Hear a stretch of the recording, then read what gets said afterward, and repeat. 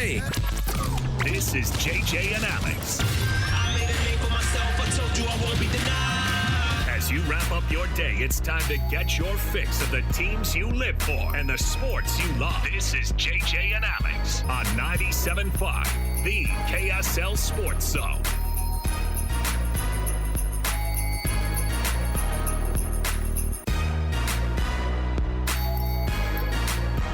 Welcome in, everybody. Happy Thursday to you. Thanks for being with us on the program. Alex, Kirry, Jeremiah Jensen, and Stevenson Sylvester are calling some high school football games up on the hill, up at Rice Eccles. Of course, it's that time of year for them to shirk their radio responsibilities on the normal traditional airwaves and bring you some high school football action. It's the best time of the year for high school football, by the way. All these teams earning their way up to Rice Eccles Stadium. Really cool. Awesome time, but that means JJ is going to be out today. He'll be back, I think, on Monday, right?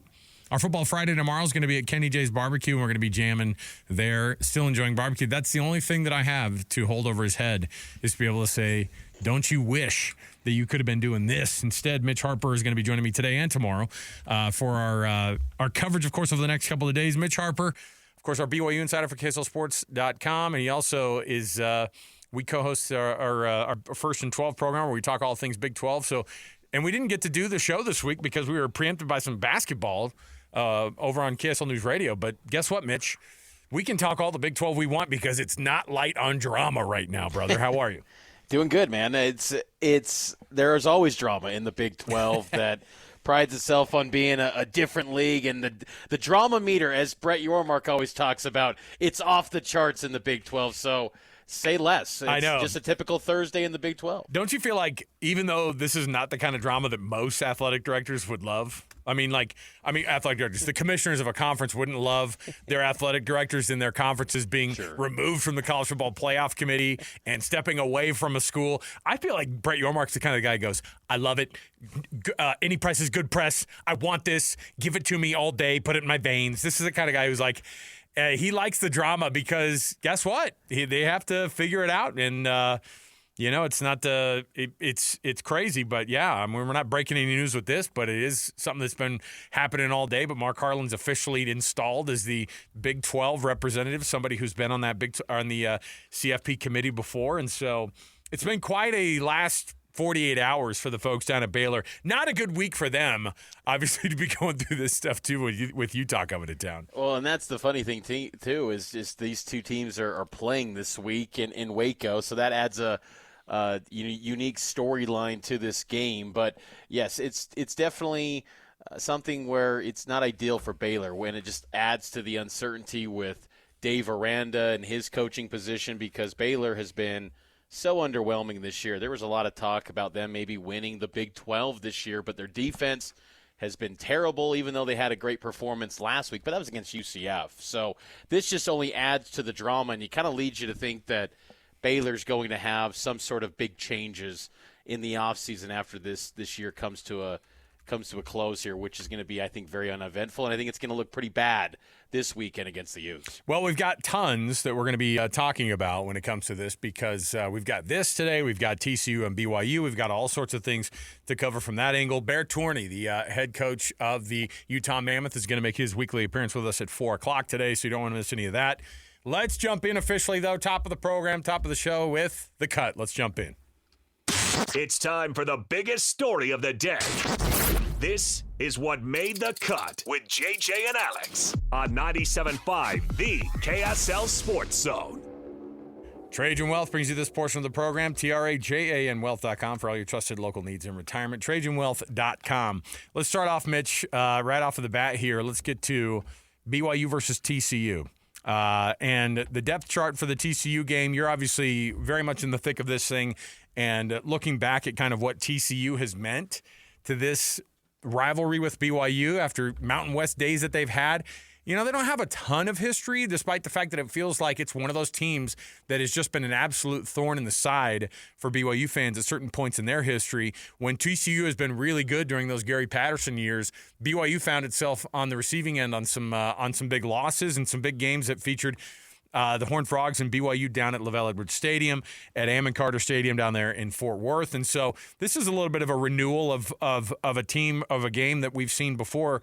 Sonny Dykes is no joke. This is a guy who could be prolific. He's got Josh Hoover, who's been really, really good as a quarterback. But like Baylor and Sawyer Robertson, speaking of, a team that we thought was going to go a lot further this year and has been a little bit disappointing has been TCU.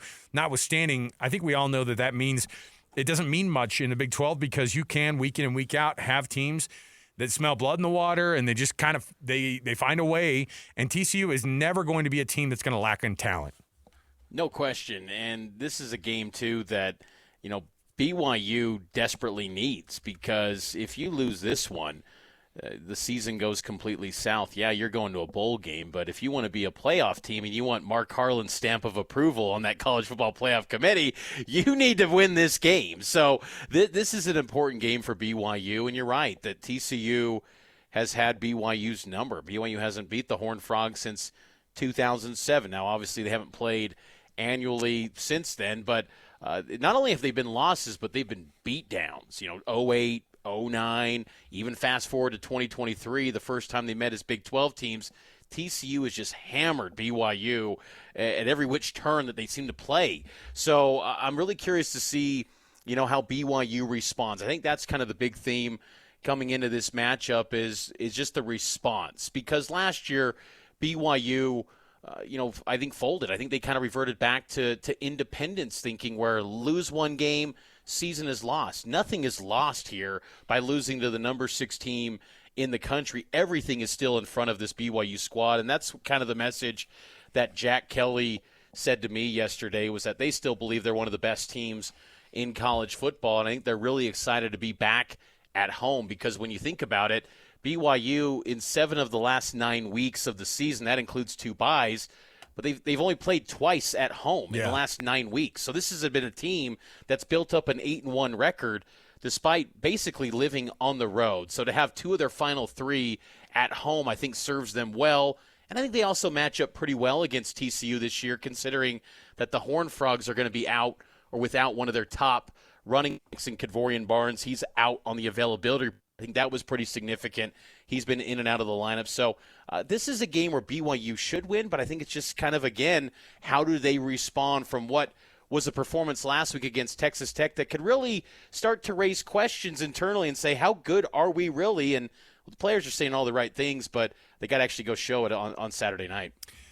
Mitch, one of the things that has come out of this game, and obviously listening to the coaches this week, we've got some sound from Kalani and A-Rod about this team that they're going to be facing off against. They're always going to heap praise on teams, even if they don't necessarily deserve it. I think TCU is one of those teams, though, that always deserves that extra look because they're one of the best recruiting teams in the state of Texas, which is saying a lot. I mean, you think about teams that have been, and yesterday we had one of Baylor's beat writers on with us talking about how much money is in that pot for them to be able to recruit with. And they have, this recruiting and they're always up against TCU.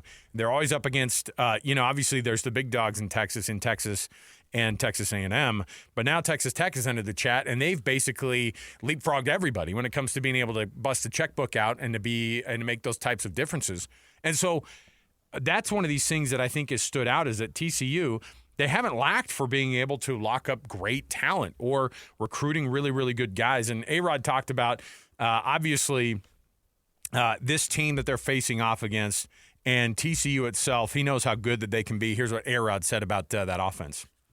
TCU is very good in their own right. Very impressed with them, and Coach Avalos is a very good defensive coordinator. So we have our hands full. But we do have a good offense. We have a good identity, and we just want to get back to it. We just need to execute better. It's interesting because Andy Avalos he's one of these defensive coordinators that everybody in this league knows and they know what he's capable of. But what do they anticipate with seeing this TCU defense in front of this BYU offense, and what does Bear have to do to kind of reset to be back in that level of confidence that he was running with all the way up until the Texas Tech game last week? I think one of the things that's going to return to kind of order for BYU and that identity that Roderick is talking about is having Bear get some success on the ground because Texas Tech took that away completely. I think there's opportunities for that against TCU. Now TCU's, got the 35th best rush defense, which is pretty solid. They've been pretty sound of stopping the run this year, better than they've been in recent years since their national championship game appearance season 3 years ago.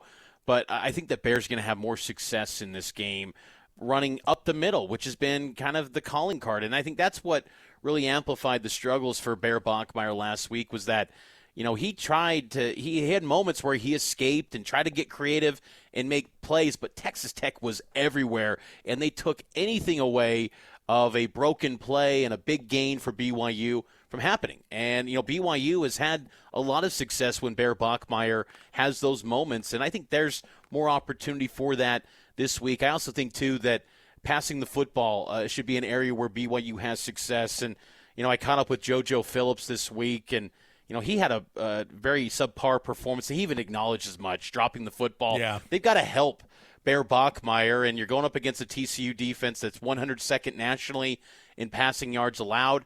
We know that Bear can put up some big numbers through the air. He's had 2 games this season with more than 300 yards. I think that could also be an opportunity. But running the football, I think Bear's going to have more success there this week against TCU. And I think that will get kind of Bear settled in and kind of back to his comfort zone, because at no point last week was he ever comfortable against a Tech defense that I think is maybe the best in college football, maybe one of the best that I've seen since Kalani Sitake took over in 2016. Well, and in concert with obviously one of the best offenses, also, like you just don't get a lot of moments in a program and in a program's history to have a top 10 offense and a top 10 defense, and Texas Tech has got one of those. TCU's got a great quarterback. Josh Hoover's been a guy whose numbers have been phenomenal this year, Mitch. And again, like I said, Sawyer Robertson and Josh Hoover are doing their part. It's like the rest of the team seems to be lacking quite a bit. But here's what Kalani said about the TCU quarterback, Josh Hoover. This is a guy who lit him up a couple of years ago down there in Fort Worth when he was a freshman. Oh, I need some sound over here, Annapolis. Here we go. Let's get to TCU quarterback Josh Hoover, Kalani Sitake. Here we go. Yeah, he's even more deadlier. Now he has more experience. He understands the offense. You see him making checks. He's just a veteran now. You see in the way he distributes the ball to all different receivers, the way that they run the ball, the way that he reads RPOs. And I mean, he's a really good quarterback, coached really well. This isn't going to be easy, but we're going to have to find ways to be better than we were against him the first time around. And we get to have him at home, which is going to be helpful for us. It's been weird because these guys have put up numbers. I say these guys because it seems like every week this year, Mitch, we see these numbers. Sawyer Robertson and Josh Hoover been leading the conference in passing yards and efficiency and all that stuff. And so where's the disconnect? Is it just the defense, or how is it that teams are still able to get after, not just Josh Hoover? They've been giving up sacks. They've had issues with running the football. What is it that TCU's offense is going to be able to do, or what have they been able to do, even in weeks that they haven't been winning games? In their 3 losses, TCU has had at least 3 turnovers or more in each of the 3 games. Outside of those, they've taken care of the football. So that's going to be an area to monitor. And I think that also you've seen TCU's offensive line really banged up throughout the season. You get kind of deep in the weeds with some of their personnel. They've been kind of unavailable, or they've played nowhere close to 100%. And I know that's to be expected this time of the year, but that group's been pretty banged up, and that maybe creates opportunities for BYU's defensive front that's really trending up after I thought what was a really productive day early on against Texas Tech, and the confidence that's growing from this linebacker unit. Sialia Serra, Jack Kelly, Glasker, they all had sacks. Thought there was some good pressure from BYU's defensive line at times. They can still get better, and I think that's going to be something to monitor, especially with Anisi Purcell probable. That was a positive development this week in the availability report, as he was out last week against Texas Tech. But, TCU's capable. I think that's just the thing with them, is that they're always the possibility of doing something big. I remember being 2 years ago in the bowels of Ammon G. Carter Stadium after that Josh Hoover game where he goes off for a career-high 439 passing yards, and Kalani was just almost befuddled to the point where, did we just witness another college football playoff team? That's how good Josh Hoover was 2 years ago, and he hasn't necessarily recaptured that. I mean, he's still 10th nationally in passing yards, but I don't know if he's been as explosive as you would expect passing the football deep this season. So especially last week, too, they've had slow starts, TCU. Did score a touchdown in the first half. That's kind of an area of focus for them this week, and it's to a lesser degree a focus for BYU, even though I do think that BYU's offense has had moments this season where they've gotten off to a fast start. It's just kind of bringing all three phases off to a strong start. So TCU's capable. I mean, this is not a game where BYU just waltzes in and is going to cruise by, 2 touchdowns, kind of like the West Virginia game or the Stanford game earlier in the season. This is going to be a very tough out. And think about this, too, Alex, is that BYU has not beat a team with a winning record in the month of November since joining the Big 12. This is when championships are won, and BYU has yet to show they can take out a team that has a winning record. Their only 2 wins in this month of the calendar since joining the league was Utah and Houston last season, 2 teams with losing records. So this is a big opportunity for BYU to really show their kind of championship mettle here and see if they're built to reach Arlington this year, which last year they weren't.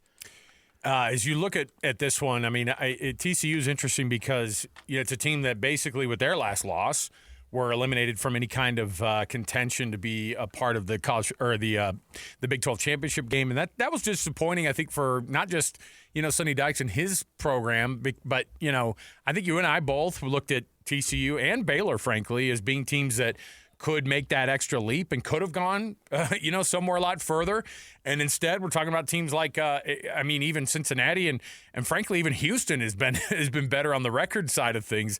And so it's another just wild turn of events for the Big 12. And I think TCU's been obviously a little bit disappointing. Where does Sonny Dykes go from here? Is he a kind of guy who's looking outside to the multiple power jobs that are out there, or do you think he's committed to TCU long term? It's a good question because you kind of wonder if he does keep a wandering eye a little bit because it could, reset the clock. I think that's kind of the cliche with coaches because since that national championship game appearance, it's been really underwhelming for TCU. I mean, last year they were a 9-win team, but they didn't beat anyone in the top 25. And this year it's been 6-3, but been kind of a light schedule again. This is their biggest test really in a couple of years, I think, for TCU.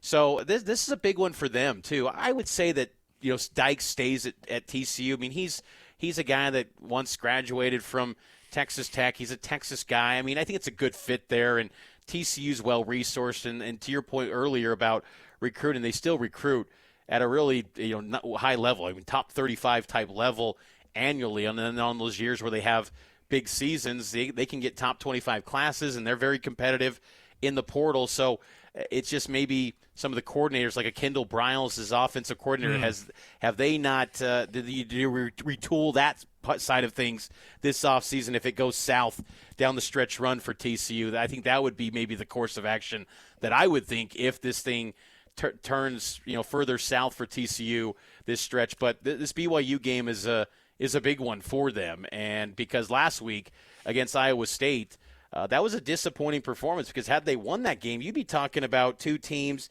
that have Big 12 championship game aspirations in this one, and that went out the door when TCU lost a week ago.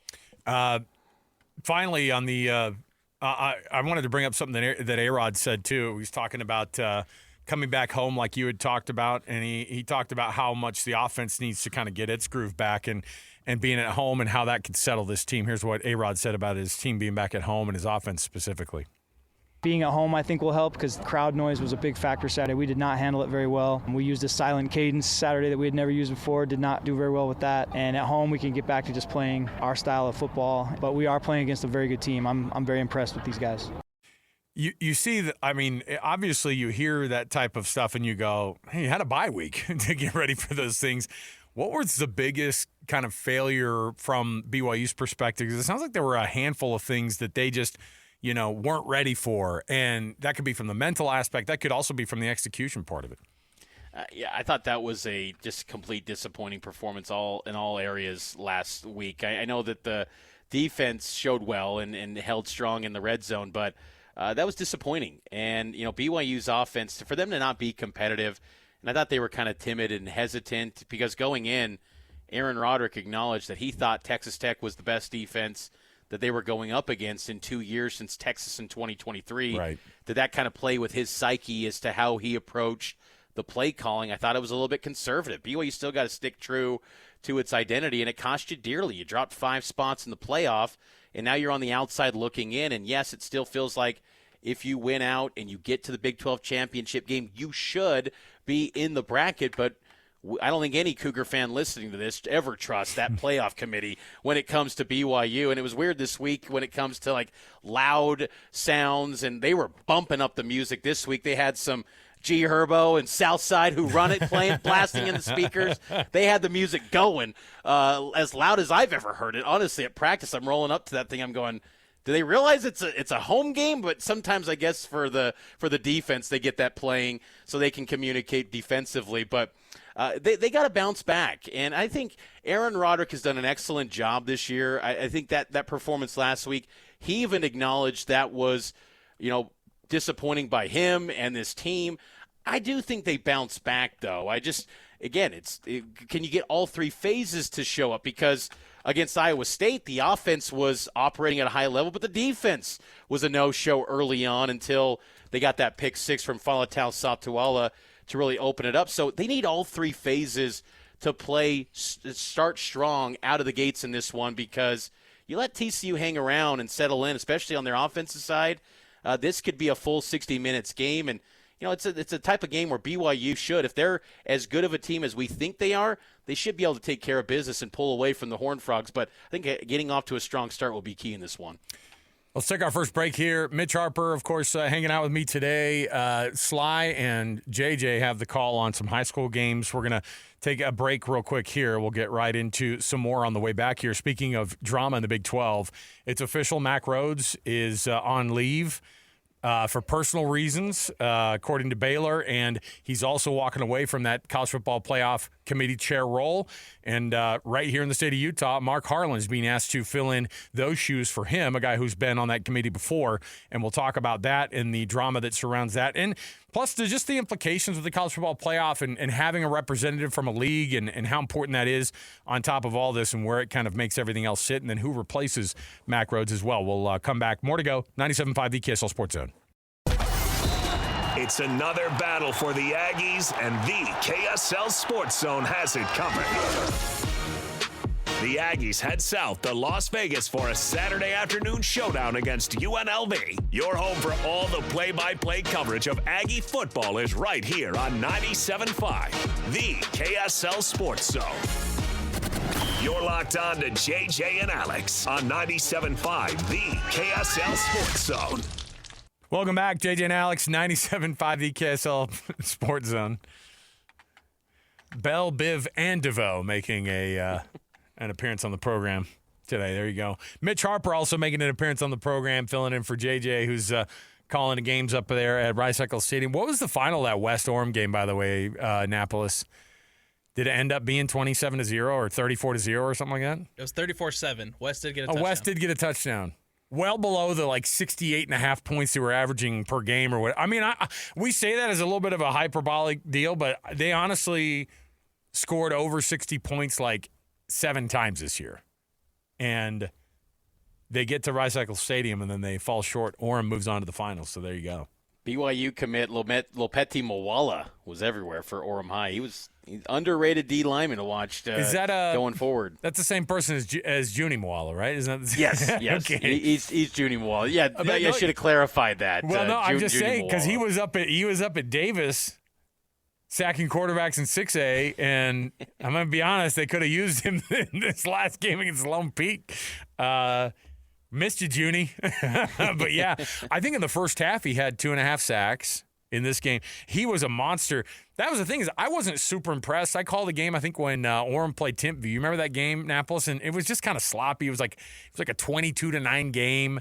And, they got this Alabama committed quarterback. And, I mean, even today, I think he was 3 for 12 in the first half. It wasn't – but they were crushing them on the defensive side of the ball.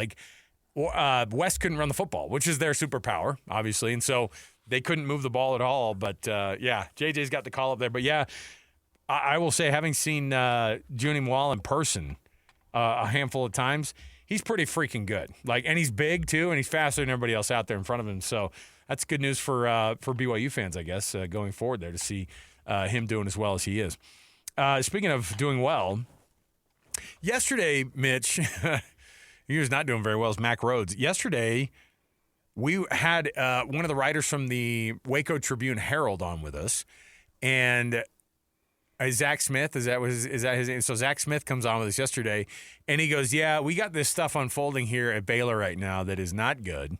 And in the game that they had against Arizona State when they lost late, and it was a blackout game, it was an evening game, and Michael Trigg, who was their superstar tight end, Mackey Award finalist, all that stuff. He's definitely one of the best tight ends in the country. He's one of the best players and one of the bright spots for that Baylor team. He's wearing some yellow undershirt, and apparently that really was irking the athletic director. Now, this is apparently what everything kind of started from. Now, this was a while ago that this happened, but it apparently led to a verbal and physical altercation between Mack Rhoades, the athletic director, and Michael Trigg, which is, Mitch, unfreaking heard of. To have an athletic director involved at that level. Now, these are all allegations. There must be film somewhere of this, but I don't know. I mean, it was somebody said it was on the sideline. But what was brought up yesterday by this beat writer was, you have to look at what this timing is. People wanted this story to come out when this is coming out right now. And a lot of that has to do with the person that they don't want at the athletic director position. This is a guy who has created some enemies after, I guess, not having a great relationship with Kim Mulkey, the Hall of Fame women's hoops coach, who ended up going over to LSU after being historic down there. That didn't sit well with the folks in Waco. And then you have this, and this is a guy who is bringing a lot of attention to Baylor because he's the College Football Playoff Committee chair. He's the one answering the questions, albeit poorly, on a weekly basis on how they're making these decisions on from the College Football Playoff perspective. Everything has gotten to be a mess. He's having to step down there. He's stepping away, taking a leave of absence per his own personal reasons, according to that, and then also walking away from the College Football Playoff Committee chair position. And so now Mark Harlan has been installed as the Big 12 representative there. It's just all a mess right now, on top of the fact that this is bad timing for the College Football Playoff Committee. It's bad timing for the athletic director there. It's awful timing for Dave Aranda, who is buddies with Mack Rhoades and is already not getting a lot of great looks. There's no way that this isn't a distraction for this team this week. Yeah, this is going to be a huge distraction, I would think, because it impacts the team with the player being at the center of it, these allegations. So it's a mess down in Waco. And, you look at this going forward and think, Mack Rhoades was kind of one of the prominent ADs in the Big 12. It's hard to imagine he's making his way back to Baylor, he's kind of led Baylor with a lot of huge renovations. A lot of money's been pumped into there. I don't know where they go next if there's a continued fallout from this, because it's hard to imagine a path back. But it feels like there's going to be a huge shakeup with Baylor football, because it's not too long ago that Baylor football was really rolling, and I know that came under a cloud of scrutiny too with Baylor. But just 4 years ago, even with Aranda, they were winning the Big 12. They were one of the best teams in college football, and it's been a massive fall from grace for Baylor football. They don't even look, half the time competitive outside of, some occasional offensive performance. Defensively, they've been a mess this year. So this is tough times for Baylor, and it's kind of crazy how it all ties into Utah, flying into Waco tomorrow and getting ready for this game as they kind of keep their playoff hopes, which Rhoades was part of at one point. Now it's Mark Harlan setting into the college football playoff. And it's weird because now, and I don't know how it works with the College Football Playoff Committee. Does every conference get one representative? Do they have – because they make the whole committee up of – representative from conferences. Then they have just kind of some randos. I say random people in there, but we've seen Condoleezza Rice on this committee before. We've seen, people that they put on this thing to just be like, hey, let's have some smart people who like to watch football come in and make these arguments with one another. And so what does that do with the Big 12 walking Mack Rhoades away, and then you've got Mark Harlan coming in, and I know everybody's supposed to check their hat at the door, but that's a hard thing to do and a hard thing to ask for. But this is also, Mark Harlan, I would assume, is the pick because he had already done this previously between 19 and 23 in the Pac-12 for Utah. I remember talking to Mark Harlan a couple of years ago, or it was last year before Utah joined the Big 12. Is at one of the Big 12 spring meetings about the future of the playoff and that experience in the room. And, he acknowledged it was really enlightening, to see how the playoff is put together. And I think just having that knowledge when you're adding new, committee members on the fly, you probably go to people that have that previous experience.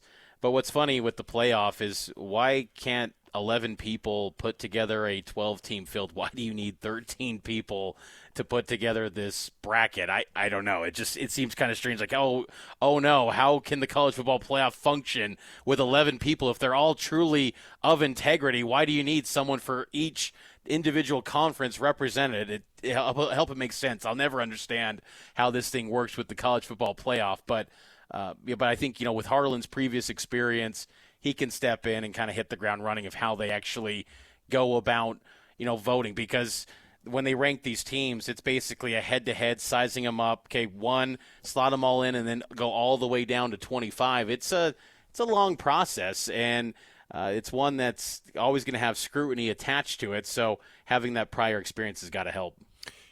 With all of this and the distractions that go on with it,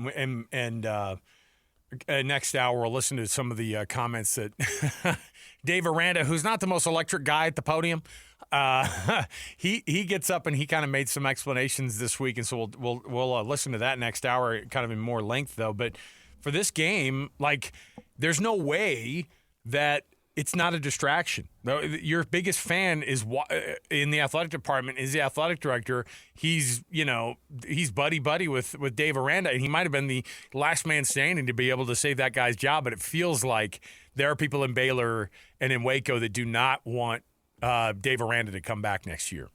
No question, because and honestly, I think it's time. I mean, I thought it was time, honestly, last year when I remember going to that game BYU and Baylor in September when Baylor was 2-4 or 2-3, and I thought it's over. Baylor is down and out. The stadium's 3/4 empty. Everyone's checked out. And to their credit, they turned it around last year. But this season's been an underperforming, stretch. And Aranda, it's not like he hasn't had time. I mean, the guy's been firing coordinators left and right. He's fired assistant coaches. At some point, you say maybe Aranda's just not the guy, and this could be the opportunity for Baylor to just have kind of a clean break, because that's a program that you could win. And with their private, dollars that they probably have, I'm sure they got a lot more than people probably realize than maybe some state institutions like an Iowa State. So I think Baylor could be a job that could be, pretty attractive if they get the right hire, assuming they do move on from Aranda. But it makes too much sense. And I think this is a spot, too, where Utah comes in, and I think they put the hammer down, and it might even magnify the need to make a change at head coach. But then you go, who makes that call when the AD is not in the building anymore? It becomes a whole, power structure to those board of trustees. Then just say, you know what, we're pulling the plug. We're getting this over with on Sunday if Utah does, in fact, just blow out the Bears, which I think they honestly will. And this could get real ugly for Baylor even more this weekend. With this whole drama that goes on with Dave Aranda and this is not a great time for schools to have to be battling for top names to come in to get jobs at the P4 level, because so many big time jobs are going to be up in the offseason. Yeah, I got you. Okay, sorry. But this is an awful time for Baylor to have to start looking for coaches, because some of the biggest names are going to be taken up by bigger programs that are looking for jobs right now. Yeah, it's a tough time. I mean, I think it was Steve Sarkisian who said, you can fire all these coaches, but who are you going to hire, too? I know. Yeah. I think that, the thing is with a place like Baylor is that, Dave Aranda was kind of an outside-the-box hire. He was a coordinator at LSU and led their great defense, and they got a national championship. You're not going to look at a place like Baylor and say they're going to pluck a SEC head coach and go that route. But I think that you can get an up-and-comer and someone who's climbing the ladder that could really inject some life, because sometimes these coaches, their voice just kind of gets stale. It just feels like Baylor is a bit stale, and then everything gets amplified when you see stories like this, because then everyone's kind of, looking into everything, texting people, asking around and going, what's the issues in that athletic department? And, Baylor, over the course of its history, in recent years, last decade or so, they have not been immune to controversies and issues like that. So I got to imagine that sort of thing makes them very uneasy, too, that when you bring something that's bad light to the program, you got to act and you got to move forward. And then you pair it up with bad football on the field. Maybe a fresh break and just making a change would be best for Baylor going forward, because they could get a good head coach. And I think they could honestly be a program that's one of the better ones in the Big 12 on a consistent basis. I feel like I say that with a lot of these programs in the league. I think that's what makes this conference so much fun. But, I think that, Baylor is underachieving significantly right now in football and in basketball too. I think that's something that gets forgotten as well, is that they were once a national title team, and they haven't been to the round of 32 since, or gotten to a Sweet 16. So they are an athletic department, I think, from their major revenue generators, are underachieving. So it makes sense to have a complete change going forward. We'll take a break here. When we come back, we've got more to chat about. We've got our Would You Rather around the corner. Top of the hour, coming up in just about 15 minutes. We're going to be chatting with Bear Tourigny, head coach of the Utah Mammoth. We're going to talk about this team and getting out of a slump last night. They needed it, and that third period was a flurry of goals. And we'll talk to Bear about how his team has recovered from coming off of that road trip and how big of a deal it was to get that big win against Buffalo last night at Delta Center. Stay with us. More to go. 97.5 the KSL Sports Zone. Listen, everybody. Real-life hypotheticals to get your brain churning. As JJ and Alex ask, would you rather?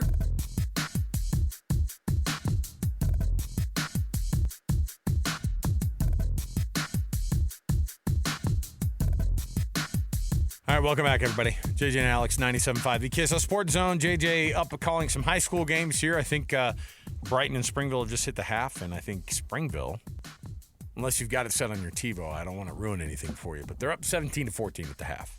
Close one there up at Rice-Eccles Stadium. Love the high school football playoffs, and love that those kids get to play up at Rice-Eccles Stadium. It's a really cool moment for them.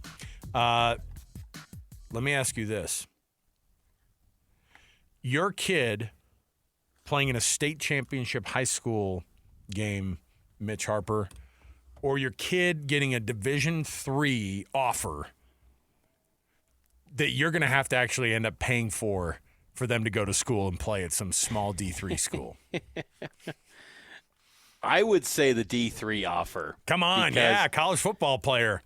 Yeah, college football player, and knowing that, hey, you just got to get an opportunity. You kill it at D3, I could be a D2 guy. Yeah, man. You can go portaling and level up to D2, maybe go D FCS. So, yeah, take that D3 offer and just go portaling for 4 years and 4. I'm not advocating for that, but hey, you wanted to. But that's the world that we live in now. Yes. It's like, get me to Incarnate Word at 0 stars, and then I'll be in the NFL draft going #1 overall. Get me to College of Eastern Utah State, and then I'm getting to BYU. Oh, College of Eastern Utah State. See, you had me until College of Eastern, because I'm pretty sure that's a real place. I don't know if I don't know if they have a poppin' football program. I don't know. I did see that Snow put up 100 this year against somebody. Did you see that? I did. Yes, when they score 101 that was crazy. Points. Boy, that's I'm coming after you if you're going to score 100 points on us. I mean, I guess you could always go, well, we're just running the football. That's all we were doing. But you score 100 points these days, you're going to get you're going to get a lot of hate mail from those guys out there. All right, we're going to try to get this thing wrapped up here early this hour just so we can get to the top, because we typically take Bear Tourigny's phone call at the top of the 4 o'clock hour, and we're going to honor his schedule, and we'll get to you what Coach Bear has to say this week on his weekly appearance with us. They got the big win last night. Man, they needed that third period to do it too. A flurry of 4 goals to give the guys on the ice over here at Delta Center a 5-2 win over Buffalo. We'll take a break. We got more to go. Bear Tourigny joins us next right here, 97.5 the KSL Sports Zone. The The exclusive home of the Utah Mammoth is on 97.5, the KSL Sports Zone. Clayton Keller flies in, shoots on a sharp angle, and scores! Clayton Keller says, I'll do it myself. Below the goal line, otherwise Cousins would have had a breakaway. Wraparound attempt, and they score! Ottawa gets a leaky one, and it's 3-1. Right now it's Nick Schmaltz gliding in. Schmaltz to the front, scores! A highlight reel goal for Nick Schmaltz. Puck tipped on goal, and they score. Make it 8 of their last 9 for this line. And Michael Amadio has goals in 4 straight. You're locked into JJ and Alex on 97.5, the KSL Sports Zone.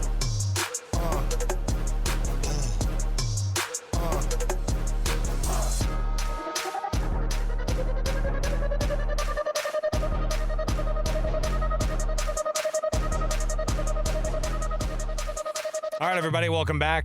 JJ and Alex, 97.5, the KSL Sports Zone. Alex, Kirry, Jeremiah Jensen calling high school games up at Rice-Eccles Stadium, of course, over the next couple of days. The coverage, of course, he and Sly do a phenomenal job of covering these high school games all year long. And so a playoff edition of Game Night Live, though they are during the day and though they are all day long. So it's nothing to do with night during the high school football season. But what a fun time for these kids, man. They go up to Rice-Eccles Stadium. They get out of school early. The whole community drives up in their cars, and they follow the buses up to Rice-Eccles Stadium for 5 and 6A. It's really, really fun. So they'll have those, of course, and calling those the next couple of days. And our Football Friday will, of course, keep moving in the direction of being a regular Football Friday like it always does tomorrow. We'll just be at Kenny J's tomorrow. We'll be doing it without JJ and Sly. So there you go. Let's kick off the program here as we always do. We're anticipating a conversation with Bear Tourigny coming up in just momentarily here. The head coach of the Utah Mammoth joins us every week here on the program. Let's kick off the show as we always do. It is The Cut right here, top of the program. Let's get right to it. It's time for the biggest story of the day. This is what made the cut with JJ and Alex on 97.5, the KSL Sports Zone. Doug Smith brings you this portion of the program. Doug Smith, of course, an amazing selection of Kia, Subaru, Chevy, Jeep, Dodge, Ram, and now Mitsubishi. The Doug Smith family of dealerships in American Fork, Spanish Fork, and in Linden. Nobody knows cars like Doug. Man, the Mammoth needed that one last night. It was a huge moment for them. Hey, by the way, if you need to win a game in the NHL, if you're the Utah Mammoth, you just have to play the Buffalo Sabres. That was their last win before last night.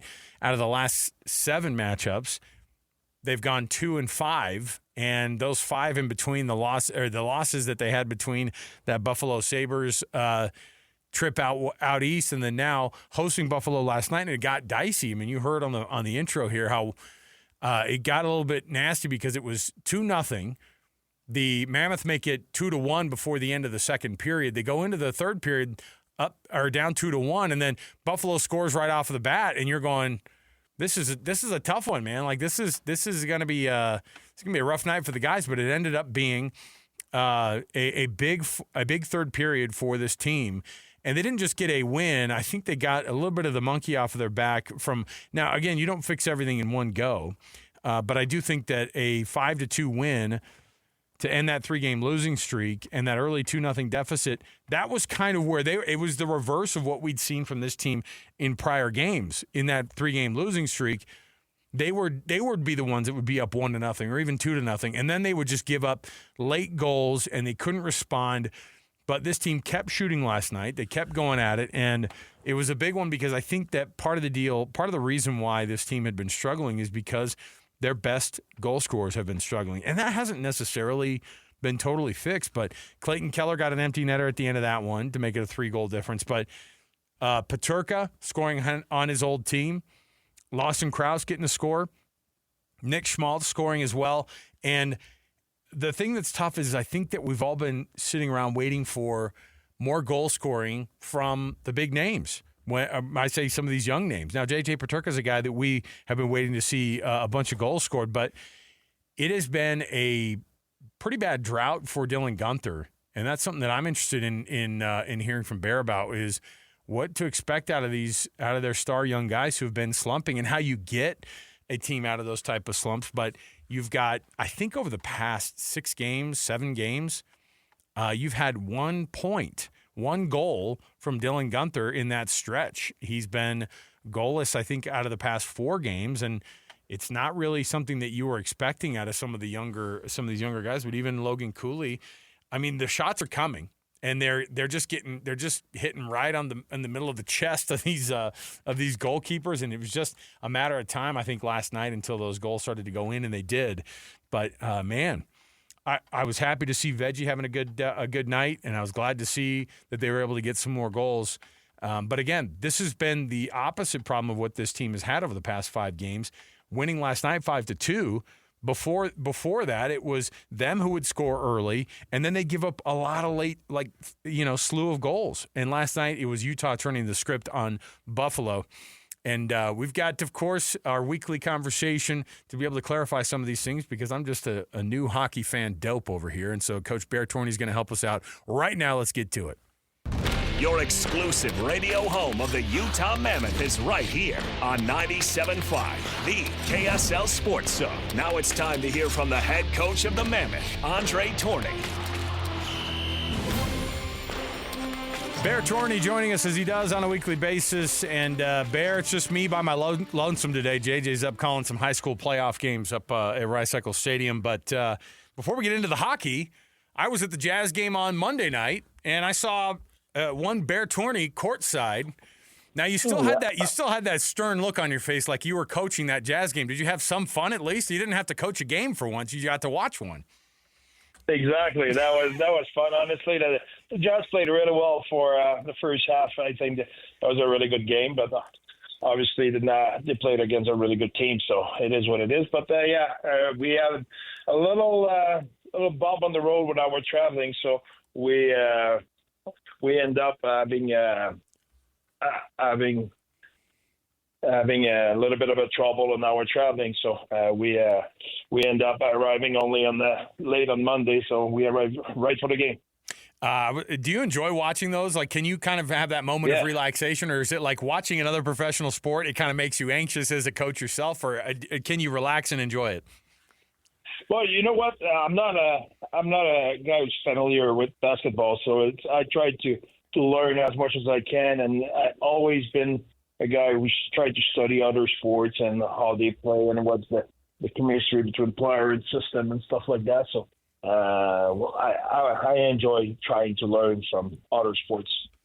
Have you ever had a conversation with Jazz's head coach, Will Hardy? Oh, yeah. Yeah, we had a few about chemistry, team culture, and different stuff like that. But I think, obviously, their practice facility will come just in the same building than ours. So I expect to have even more connection, more time to a little bit spend time with Will.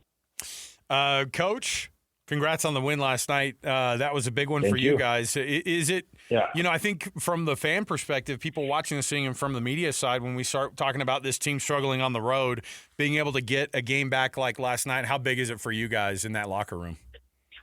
It's huge. It's huge. We were playing well, and we didn't get reward for it for a little while. So for sure, the stress was there. But seeing how the guy fought and how we found a way to win that game, I think that was huge. So really happy for the boys. Really happy for the response for sure.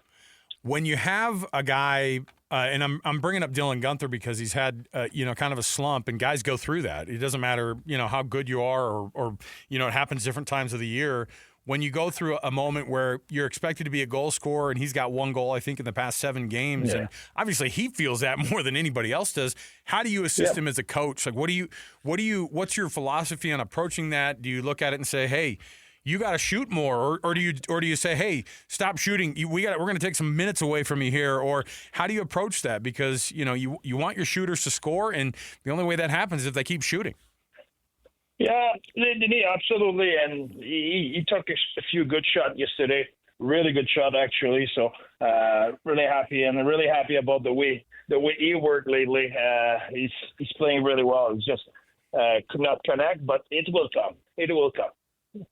What are the things that you noticed in that rough stretch going through Canada on the road how difficult some of those games were. What were some of the things that you jammed with your team that you talked about with them on things that you looked at and went, hey, these things have to get better? Because it seemed like there was very similar in a lot of these games where you guys would get out maybe to an early lead or you'd score right off the bat. And then by the end, the falling off and giving up those late goals seems very unlike Veggie and for VTech to be giving up those late goals in as many as they did. Absolutely. I think you're right. But, it's not something you want to go through, but at the same time, you learn a lot when you're going through, because if you look at those games, we were really playing well for a long stretch, but for whatever reason, we're ending up trailing in the game, trailing by one. But we had the momentum in the game. We were dominating the opponent on shot scoring chance and stuff like that. But because it was not going the way we wanted, we were getting out of our system and structure a little bit and forcing play. If you look in the third period on the last three games, Toronto, Ottawa, and Montreal, we gave up more than 50% of the scoring chance we gave in the game just in the third period alone. So we were really stingy for a long time, but we could not sustain and stay stingy. So I think that was a big lesson for us. We need to, even when we push offensively and you want to create offense, you need to stay with it and stay patient defensively. And I think it was good for us to go through that, and we will be better for it. When you sit down and go through, film with these guys, and you get them on the ice and you start to coach, what are some of the things that you're working on with them right now? Because this next stretch, you get a couple more at home before you go back on the road again. That must feel pretty good. Yeah. Listen, we played 17 games and only 6 at home. It was 5 before yesterday. So having the chance to be at home a little bit and to enjoy our fans and everything, I think it's huge for us. So we'll take fully advantage of it, and first having a little bit of rest and enjoying being at home, enjoying our fans and the emotion they bring in the game and the energy they bring in the game. And we'll be ready to go back on the road next week. But for now, we have one more game at home, and will be a good one. How do you turn a corner in the NHL on scoring opportunities for power plays? This is a team who, I mean, even when you guys aren't on the power play, there were moments last night that you're watching. You guys are dominating the puck and being able to move it around the top of that, of Buffalo's goal scoring area as if it were a penalty. In a lot of cases, you guys were handling the puck so well, and so. But there have been moments when you have so many opportunities during these power plays, and the goals haven't come during those power play moments. What are your top lines? How do they look at it? Like, look, we've had great opportunities, and the puck just hasn't gone in yet. Yeah, there's a little bit of both. I think it's a process to find the pride and the confidence in playing that well. But at the same time, those guys are really competitive. They want to make the difference. They want to score the big goal and that kind of stuff. But I agree with everything you said. I think we're playing good enough. We know things are coming. We just need to stay with it, stay patient, and we will get a reward. But they were not every game like that. We have to be honest. But in the last couple of games, we played really good on the power play, and it's a matter of time. I was watching Sergachev last night, who. I think he took like 5 shots in like in a real quick kind of like succession, and I thought that's a guy who is a leader on that team. And he goes, "Look, I'm on defense, and obviously I'm a defenseman, but I'm pulling the trigger on these shots." How big of a deal is to be able to have an aggressive defender like that to be able to maybe wake a team up to in some moments where they're not scoring? But now in our day and age, everybody, it's an offense at 5 and it's a defense at 5. It's not about having only one guy who or one position who generate in one situation. I think you need to have that. If you look just this amount his production in the last couple of games, those are really important. It's stuff we need to keep getting better at, having production throughout our lineup. So we're doing a good job at it. We just need to keep going. Well, you're going to keep going tomorrow night. Going to host the Islanders as they come to town. Then you go back on the road for another one against the Anaheim Ducks, and then you're going to get yourself on the road as well with the Sharks. And then you get a nice slew at home as well. Golden Knights, Rangers, and then Golden Knights again in 2 out of 3 games. Those are always fun to look forward to. Coach, good luck for the rest of this week here, and we'll chat with you again next week. Thank you, guys. Thanks for having me. Absolutely. Coach Tourigny, as usual. Love having the coach on here with us. Yeah, this team needed that turnaround last time. It was a big deal, and it was a huge one for him. Mitch, are you a guy? Mitch Harper, by the way, is joining me today on JJ and Alex as we have JJ and Sly calling the games up at the high school, or the high school playoffs. Do you dip into hockey and enjoy it, or is it too much? It's too much for you to be asked to do during a football season? I dip into to hockey a little bit because I obviously with the Mammoth they've got me intrigued with hockey. My in-laws, they love hockey. Wow. My brothers, they played it in high school here locally at Murray High, things like that. So I have people that have kind of taught me the game that are into it. So, yeah, I mean, the Mammoth have been, really a big story. And I think just to see the growth of the franchise, too. And then last night with that comeback win, I mean, that was huge to see that line change and how impactful that was on the team. Just key moments like that kind of shape what this franchise is going to look like, where they're looking to be a group that can really evolve and become something great in the years to come. So it's kind of a fun journey. It's not like you're inheriting some, winning franchise. They're looking to build into that. I think that makes part of the fandom fun. So, yeah, I've jumped on board and checked in. Honestly, I find myself enjoying more NHL games anymore than NBA. I still check into the NBA, but if I'm going to pick between the two, I think I'd lean more NHL anymore recently. At least that's kind of been my viewing habits the last few years. You're a Laker guy. Watching. Well, I wasn't watching last night against the Thunder. Goodness, that was brutal. I think what was it at the half? It was like 70-37 or something like that. And I was like, oh boy. I was kind of hoping that with the firing of Nico down in Dallas, that Luka was going to have like a 60 burger. Well, he got a question about that. He got a question from a press reporter. Don't want to talk about it. They don't want to talk about Dallas. And you're like, come on. He gets a question about if he'd ever go back to Dallas. I know. What that Nico's gone. Hey, Nico's gone. Are you going to move back? It was like, dude, I don't think that's how it works, guy. He just signed an extension. Jeez, man. And by the way, Michael Finley, who's going to be running the team, is the guy who took your beer away from when you were just trying to have a good time. Exactly. In the locker room, That's man. the guy that's probably the biggest problem. I know. I just love how much of a mess it is down there in Dallas. Did you see the thing, too? They go, he had a conversation with one fan during one game. This guy's wearing a Luka jersey, and he's sitting next to the Dallas owner, and he's just like, hey. And it was a kid who apparently was apologizing for flipping off the owner. And so he went down. His dad made him go down and apologize to the owner, and the owner's like, hey, pull up a chair here during the pregame. And they started chatting, and he's like, yeah, man, I'm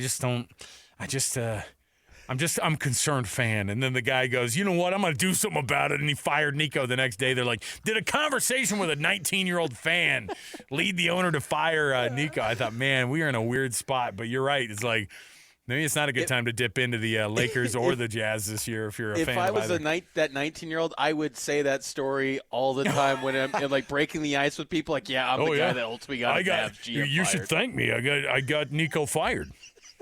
If you want me to work for your organization, I'm available. Check out my LinkedIn. Even if it didn't happen, I would tell that story forever. My LinkedIn page would just have a picture of me having a thoughtful conversation with the owner, and it would just say underneath it, that time that I was able to move mountains and get a GM in the NBA fired because of my thoughtful processes of how to approach a sports franchise. I'm available. And then, like, every 5 years, you celebrate that anniversry of that moment. Yeah, 5-year anniversary of getting Nico fired. Oh, my goodness. Thank you so much. Look, a lot of grumpy ladies who are, like, throwing out the blank you Nicos on their social media pages. They're thanking that kid, man, for his for going out there and talking to the boy, that Dallas owner, by the way. That's a dadgum mess down there. Anyway, bottom line is, good to have good ownership here in the state of Utah. Yes, it is. For the hockey team and for the Jazz, because the Jazz will turn it around. It's just they will. No one looks at that and goes, "Oh, that's a mess of a franchise." It's like, no, they're not winning right now, and they will. But There we are. Mitch, before we get out to the break, I wanted to play for you a couple minutes here from Dave Aranda, who right off the bat in his availability this week was asked about the Mack Rhoades thing and just about the mess of the situation it is. And then, of course, since then, the athletic director, Mack Rhoades, for Baylor has stepped away from Baylor for personal reasons, has stepped away from the College Football Playoff Committee as the chair. And here's what Dave Aranda said. This is as they're getting ready for this game against Utah. This is his Utah press conference. And this is how Dave Aranda had to start it off, kind of answering questions about the Mack Rhoades deal. Yeah, I just think all of those questions, I understand the interest in them. Our focus is just trying to get ready to play a game. This is just a huge game for us. This is a game we need to win. We're in an instance where, similar to last year, we have to win all the rest of these games, and the focus needs to be on 1-0 today and 1-0 tomorrow and 1-0 the next day, and stack those up so that we can get a 1-0 on Saturday night. And so very much for me, the focus is that. And I think all of these things as they play out will play out however they play out. But we have to win this game, and we have to play our best. This is a team that's embarrassed a fair amount of teams, and we're not looking to be that next team. Dave, when you finally put together a complete game, I know you may have needed the break, but would you have rather just kept playing after that game? Probably so. Yeah, probably so. I think though the energy was good today, and we talked about this too last week in the practices that we had, how important it is, to start fast and to do the things that we've been really working hard to do and have failed to do up until this last one. And so I think everyone's on the same page of what the prescription is and what has to happen here these last couple games. Do you have a conversation with the team about trying to block out that noise? Every week. Yeah, every week we do. And it's no different now. Are there any different feelings coming out of this bye week as compared to the last one when you didn't play very well against TCU in that first game? I think there's a great sense of urgency. There's a sense of urgency. There's Dave Aranda. Mitch, were you inspired by the energy level that Dave Aranda always delivers at these press conferences? This is a massive week, and it sounds like a guy who is like all over the place. This dude does not sound like he's ready for Utah to come in and keep his job. Like he already is like low energy at these press conferences. That's the way he always delivers these, but it sounds especially bad this week, like up against, this opponent. And the media, I love the Texas media, don't you? Hey, coach, you finally put a game together and then you guys go to a bye week. It's like, that's weird, right? He goes, that's the way he asks it. He goes, you finally put one good game together, coach, and then you guys had to go to the bye week. I'm like, these guys all hate this guy. This does not feel like a game Baylor is going to be up for at all. It's not a week to not show up either. It does not. But what was noteworthy in all of that was just low energy, incredibly low energy.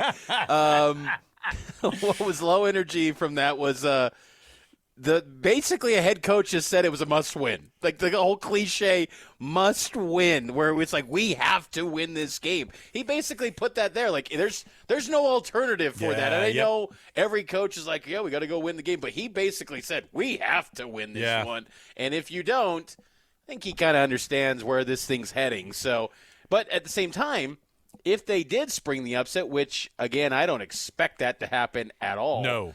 But if it did, maybe that creates a little bit of job security. Maybe because still don't know exactly the specific dollar amount of what that buyout is. And look, there's always kind of the cliche of that. What was that show? Arrested Development. There's always money in the banana stand. Oh, yeah. Like these schools always find a way to generate the payout. But I'm sure Baylor does not want to pay out a ton of money, whatever that is, to Aranda.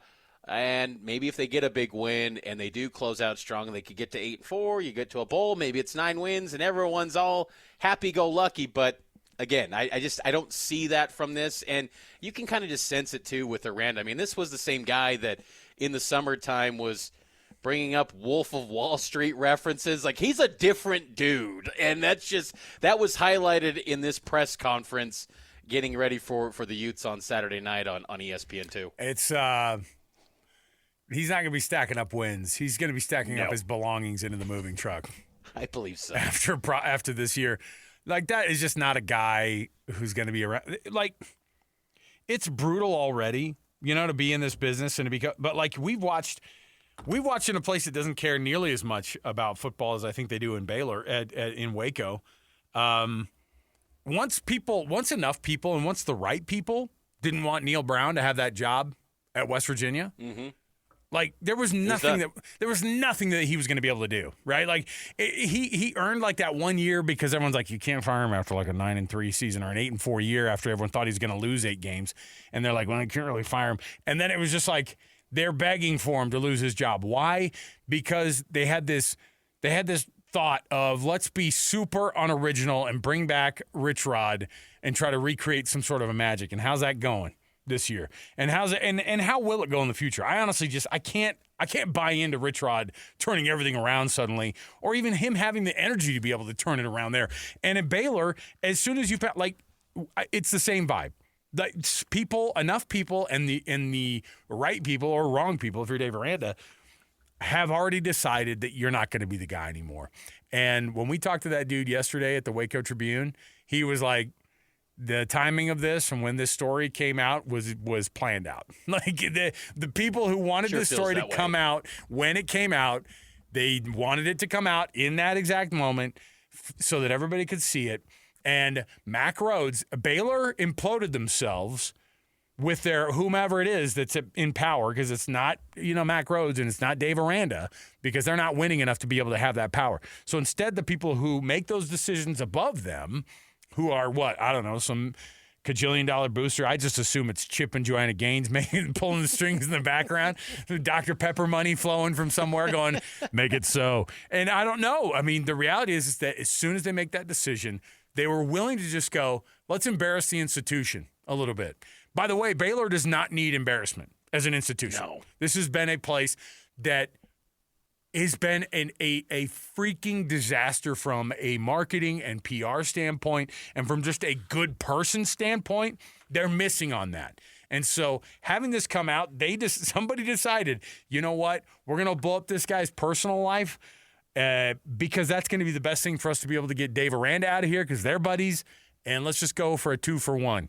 And we'll get him out of there, and we'll get Dave Aranda out of there, and we'll go through some pain for a minute, just for the sake of being able to get it back. And then somebody's sitting in the back going, those freaking Texas Tech guys, if they can do it, we can do it. I guarantee it. Those are conversations that they're having. That's what's happening. And guess here's how does this sound, Alex? 2026 BYU analyst Dave Aranda working with his old buddy Gary Anderson. How about that? He brought up Gary Anderson in the press conference. He's like, hey, I'm just saying. I know. He goes, I'm pretty familiar with that. I'm pretty familiar with that defense.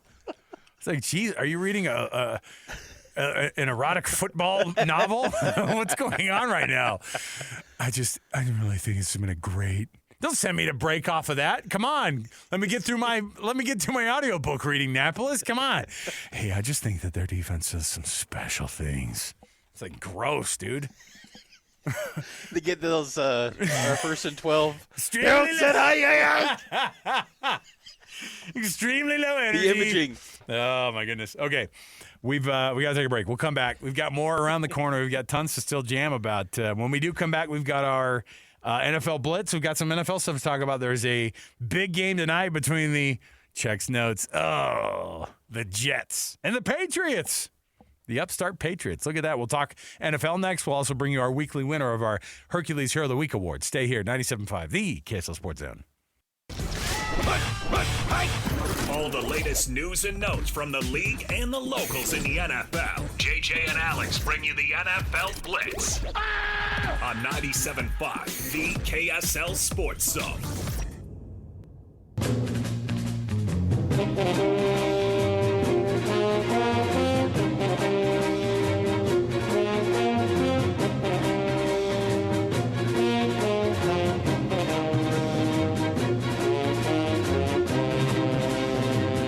All right, everybody, welcome back. JJ and Alex, 97.5 EKSL Sports Zone. Alex Kirry. Mitch Harper joining me in place of JJ today, who's calling high school games up at Rice-Eccles Stadium for Game Night Live. He and Sly do an awesome job, and they're going to continue.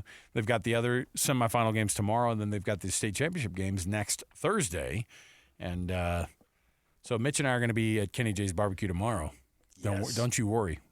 Are you all sorts of upset about that? When you told your family, like, I got to fill in on Friday. It's going to be tough. Yeah, I was like, hey, babe, I got this. It's kind of tough. Like, Alex is forcing me. He's dragging me. No, I'm pumped. Like, to get barbecue. Come on now. No, I'm ready to roll. And I'm telling you, it's at a different level, too. Like, you and I have enjoyed some meals together on the road and here at home as well. This is as good as it gets from a barbecue standpoint. So it's going to be good. By the way, the Hercules Hero of the Week program, an awesome program that we've got here on the KSL Sports Zone. And, of course, it's that time of the week for us to be able to roll out a winner for you. So what do you get? You get yourself a prize from Beehive Meals, a prize from Hercules First Federal Credit Union. All you have to do is nominate the winner for us, and those people get those prizes. And it's an awesome thing. It's just a small token of our appreciation for the folks who do an awesome job leading up the youth sports in their different parts of the Valley, the state of Utah, whatever it might be. And this week's winner is Matt Piling, who has been nominated by Cooper Smith. And Matt, here was the nomination that Matt got from Cooper. And it says, Matt was an awesome assistant for my son's flag football team in Syracuse. He's awesome. Always focused on positive energy involving the kids, believing in them, and always making sure the kids had fun. He's a fantastic communicator and overall a great coach. But the reason he deserves to win this award is that early in the season, our team wasn't able to get team pictures taken because of the jerseys weren't delivered on time. So Matt went out individually, found a photographer friend to volunteer his time and said, hey, can you take these pictures? His friend took both the action photos and the team photos for the kids. Matt shared later that day that he reached out to his friend to take the pictures. His friend was contemplating suicide in that very day. And through Matt's actions for the team, he unknowingly saved a life. That's not just Hercules hero. That is a hero. So congratulations to Matt, who did an awesome job. Well deserved. Yeah, I mean, that's a cool thing. I mean, on top of the part where, all these coaches, dude, they're volunteers anyway. They go, yeah, I'll do it. And I can't do it. I can't volunteer to coach my kids' teams. It's just, it's just not good timing. I'm never going to be able to make a practice, in the afternoon. And so I rely on a lot of other people to do it for us. And so it's people like Matt Piling and Cooper Smith. We appreciate your nomination. So well-deserving for Matt. And your Hercules Hero of the Week, all you have to do is just nominate a Hercules Hero by just going to kslsports.com/contest and then roll those out. And we read a winner off every Thursday. Fire that NFL music back up again, Annapolis. Here we go. Yes, Jets, Patriots.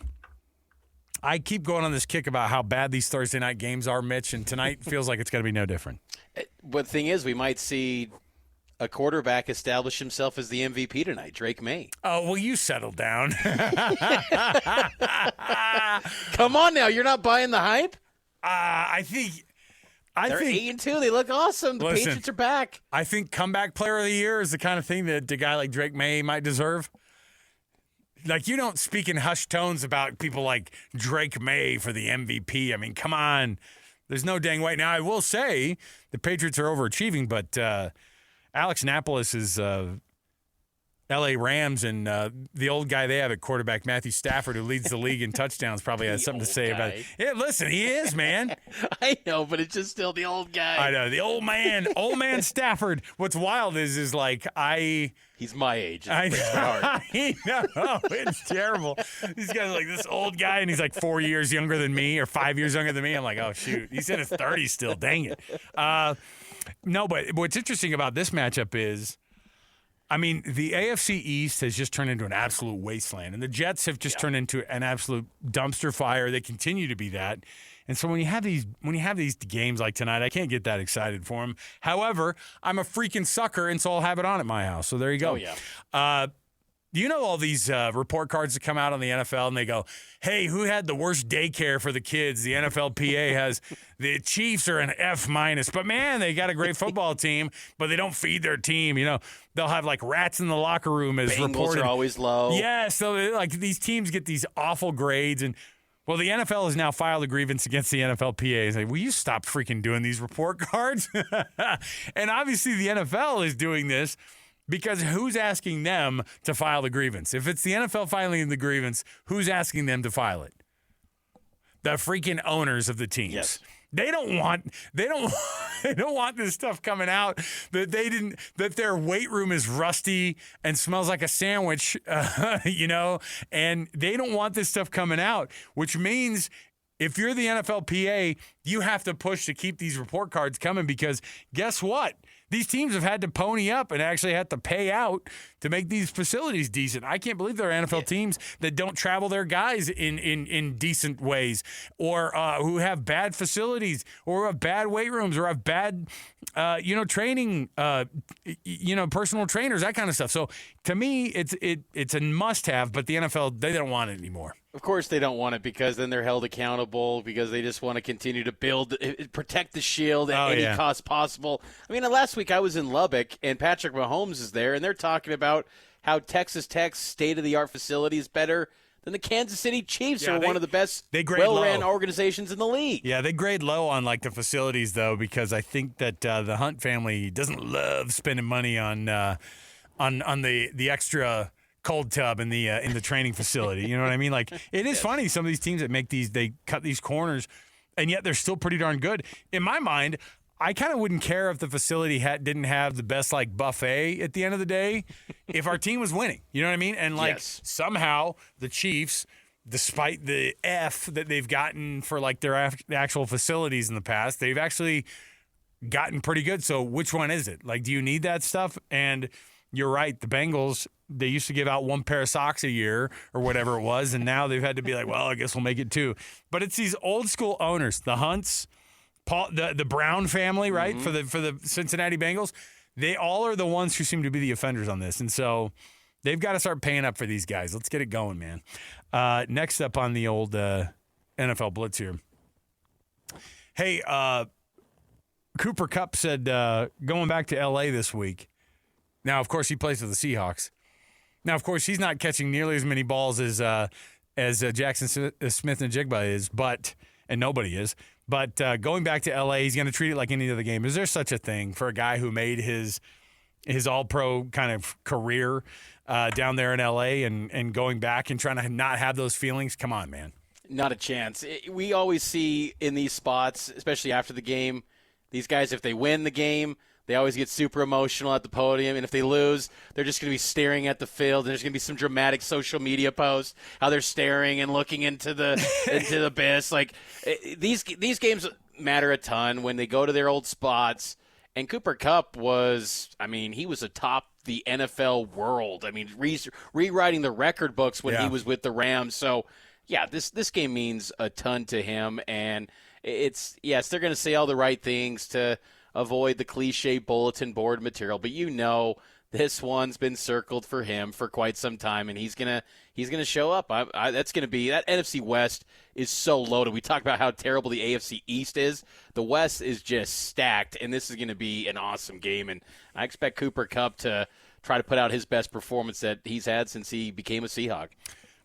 Giants defensive coordinator Shane Bowen came up and said, "Hey, look, Brian Daboll, there's responsibility that falls on me for that guy getting fired. We didn't do enough on the defensive side of the ball. And, I don't know if that's necessarily the case, but whatever that might be, Jackson Dart, what happens with him? I mean, how big of a deal is this next hire going to be for their next head coach for Jackson Dart's career to go forward? Well, it's huge because I think back to Josh Rosen when he was with the Cardinals, and then Cliff Kingsbury comes in after 1 year for Rosen, and they get the number one pick, and they go with Kyler Murray, and Rosen just becomes another number, and he bounces around the league every team, it felt like, for about 6 or 7 years.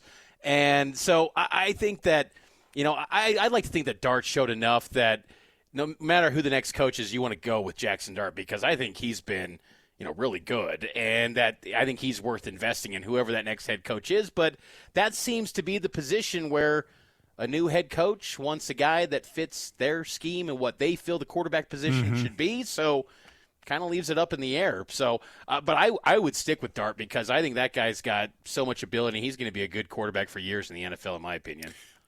Let's take another break here. There's your NFL Blitz. We'll come back. We've got our top 10 next. Mitch is going to make sure that he holds up his end of the bargain and do terribly on the top 10, just to really just kind of honor JJ. No, JJ does a good job with the top 10s. He's kind of one of those guys that's he knows a lot about a lot of things, but I'll roll that out, and Napolis can maybe help you out. Spoiler alert, he won't help you out. And we'll get going with that. I've got some tickets to give away, though. How about the Utah Mammoth firing it up against the New York Islanders tomorrow at Delta Center? I've got a pair of tickets right now. All you have to do is give us a call, 801-575-ZONE. That's 801-575-ZONE, 801-575-9663. Call number 12 right now wins a pair of tickets to the Mammoth and the Islanders tomorrow at Delta Center. We'll come back. We'll roll some more of this thing out, and I've got a top 10 next. Stay here, 97.5 the KSL Sports Zone. Complete game coverage of the Cougars is right here on the KSL Sports Zone. The Cougars return home for a battle against TCU. Your home for the best coverage of Cougar football is right here on 97.5, the KSL Sports Zone. You're locked on to JJ and Alex on 97.5, the KSL Sports Zone. Welcome back, JJ and Alex, 97.5, the KSL Sports Zone. Some yacht rock. This was highly requested by Mitch Harper, who's hosting today with me. He said, I'll only do it if I get Doobie Brothers at least in one break coming back. Your wish is our command, Mitch. There you go, brother. Don't act like you're not a Doobie Brothers fan. Come on. Let's get this thing going, man. All right, I've got a quick top 10 here for you. Now, okay. I was looking at the and don't cheat, okay? I have to. This is on your honor here, okay? Yes. And I know it's a shocker, but a few weeks ago we had Sam Farnsworth come in. Do you remember Sam Napolis? Sam is doing the top 10 with us. He listens to the show like all the time. He dips in constantly. He's like, "Oh, dude, oh man, JJ sucked at that top 10." Well, Sam comes in here and does the top 10. It was pretty straightforward. It was like, oh yeah, it was like Halloween, and so it was like the top 10. Candy by pound, or something like that Americans voted on. And he's going through and he's looking straight at his computer screen next to me here in the studio, and he's like, oh my God. And I was like, hold on. And he goes, oh no, I looked at it for like a second. Hold on. And he shuts it, and I was like, Sam, you freaking dirty cheater. You know what I mean? So I've got in front of me a NFL mock draft. Okay. And this is for 2026. This is as it currently sits. All right. And if you can throw, I would say that the over-under here is if you get 3.5 of the top 10, 4.5 of the top 10, I think you're doing pretty darn good. Of course, my computer's starting to fart out on me, but hold on a minute. Here we go. The most recent NFL mock draft according to ESPN. Okay. So I've got it here in front of me. So without peeking, give me at least a few of the top 10 here. On your mark, get set, go. How about Spencer Fano, Utah? Ding. Okay, let's go with at Indiana, his quarterback, Mendoza. There you go. Ding. Okay. Now, which one? You have to be specific because his brother's the backup. I'm just kidding. It's Fernando. Fernando, yeah. Yes. David Bailey, Texas Tech. Ooh, let me look. Okay. Just outside of it. I'm trying to think. Can't be Cade Klubnik, Clemson. He's faded completely, right? There's no way he's on there. I need you. Yeah. I'm trying to think of the defensive guy at Ohio State. What's his name? Caleb Downs. Caleb Downs. Ding. What were you going to say, Napolis? You had one. Oh, is Caleb Downs? Okay, yeah, you both cheated. Yeah, that's fine. Bailey's not on there? I'm surprised by that. 12 on this mock draft, 12. I'm trying to think of other quarterbacks right now because it feels like all of them have just completely struggled this year. You're right. Is Dante Moore on there? Ding! Dante Moore Moore from Oregon. Oregon. Mm-hmm. Lenora Sellers, South Carolina. Hey, ding! You snuck in Lenora Sellers. I'll give it to you even though the time is up. He's kind of been one of those guys that even though South Carolina's been underwhelming, that the scouts seem to like. But you know what I love? Is who they have him going to, number 9 overall. Is Lloyd in there? The Raiders. The Raiders. Hey, you're a Raiders guy. Yeah, man. So, Raiders are up there at Rice Eccles. They got all the branding and sponsorship with the Utah High School, but yeah, no, that's I love the draft. So when you said this was like right up your alley. I'm listening to podcasts. Oh yeah. I love draft talk. So year-round. They got Peter Woods out of Clemson. He's one of those defensive tackles that's just phenomenal out of Clemson. They have a couple of guys. Lenora Sellers at 9, Spencer Fano at 8. How about Jordan Tyson? Jordan Tyson, yeah, to the New York Giants. By the way, what a gift that would be to Jackson Dart. 6 is Arvell Reese out of Ohio State, another linebacker. Caleb Downs, you got at 5, going to the Dolphins. Keldrick Falk, the edge rusher out of Auburn. Dante Moore, 3rd to the Cleveland Browns. They've got him going to the Cleveland Browns. And then, of course, the edge rusher out of Miami. This is the guy who gets as much, probably the most attention is Bain. Ruben Bain. Bain Jr. So there you go. And then number 1 is Fernando Mendoza. Can you freaking believe that? Going to the New York Jets. Good luck, Fernando. Have fun, buddy. That's not going to bode well. Like he just won't work if he goes to the Jets.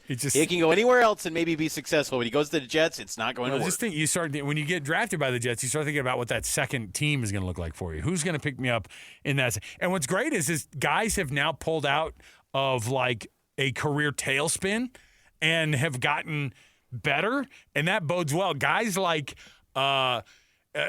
Sam Darnold, guys like Baker Mayfield, who've like reinvented themselves, that has been huge for the secondary quarterback market, guys who want to get a second chance, because those things didn't exist before. Like the guys getting second and third chances never happened. And now my guy Sam Darnold is on his way to rebuilding another franchise 2 years in a row after doing it at the Vikings last year. So there you go. We'll take a break. We'll come back. When we return, Mitch, we're going to talk to Jeremy Clark, covers TCU football for the Horned Frog Blitz, and we'll talk to him about the Horned Frogs coming to Provo this weekend. More to go right around the corner. Stay with us, 97.5, the KSL Sports Zone. Nobody gets you ready for Utah football more than the KSL Sports Zone. Ready? Kyle Whittingham and the Utes hit the road to Waco for a showdown against Baylor. Your home for the best coverage of Utah football is right here on 97.5, the KSL Sports Zone. You're locked on to JJ and Alex on 97.5, the KSL Sports Zone. All right, everybody, welcome back. JJ and Alex, 97.5, the KSL Sports Zone. Top of the hour here. Of course, we're going to get into some Cougar talk with Jeremy Clark, who covers TCU football for the Horned Frog Blitz. Mitch Harper, nice enough to ride along here as we have JJ and Sly calling the games up at Rice Eccles Stadium. Look, before we get Jeremy on, Mitch, I know that one of the things that, like, with this game with the Horned Frogs coming to town, there's definitely like some PTSD for BYU fans with TCU. They don't care what version of this team coming in is, right? Like there's some of that. Maybe that's me going, I've had the PTSD of watching some games that have gone down poorly for the Cougs against the TCU Horned Frogs down at Rice Eccles, or down at LaVell Edwards Stadium.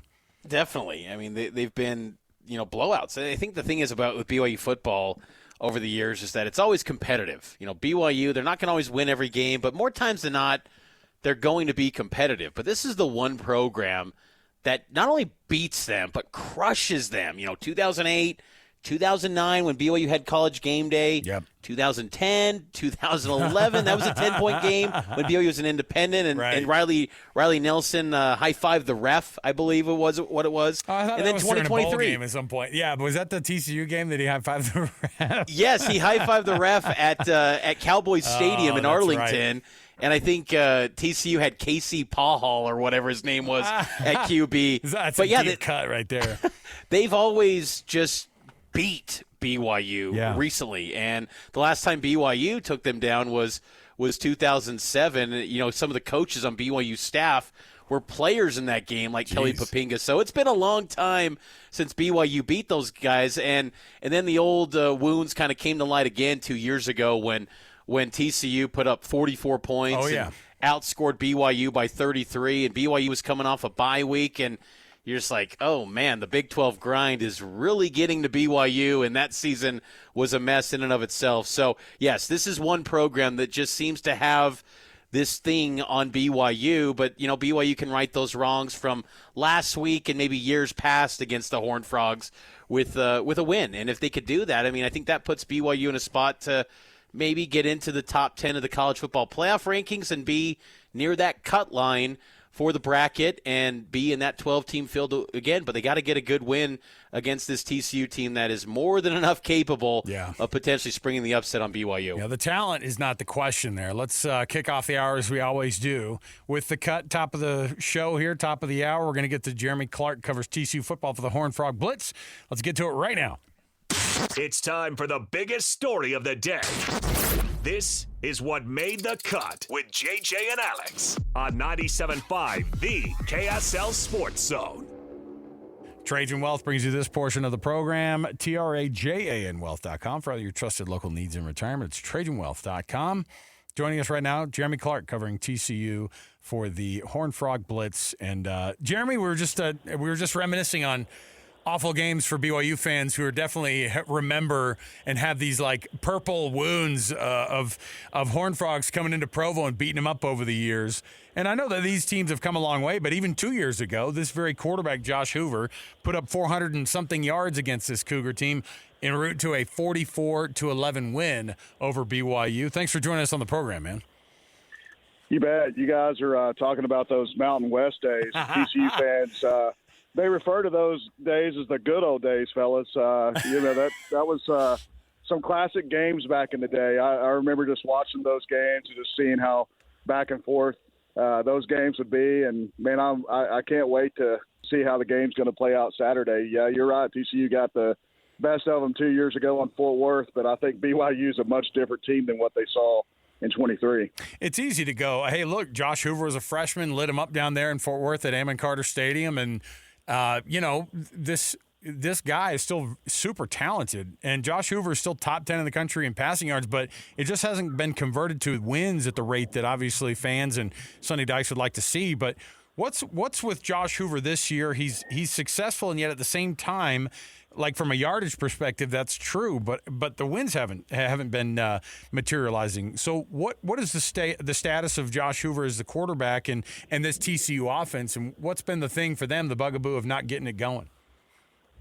Well, if you just look at, I've said it all year long and until last week, there had been a at-home Josh Hoover, Amon Carter Stadium Josh Hoover, and there had been an on-the-road Josh Hoover. So up until last week, Josh had thrown 16 touchdown passes, only one interception, and that one interception was taken away from Eric McAllister in the end zone. So he had been really careful with the football at home. But if you look at losses to Arizona State, losses to Kansas State, they had huge turnovers, and he's throwing interceptions. They had key fumbles in that game, a lot of drop passes.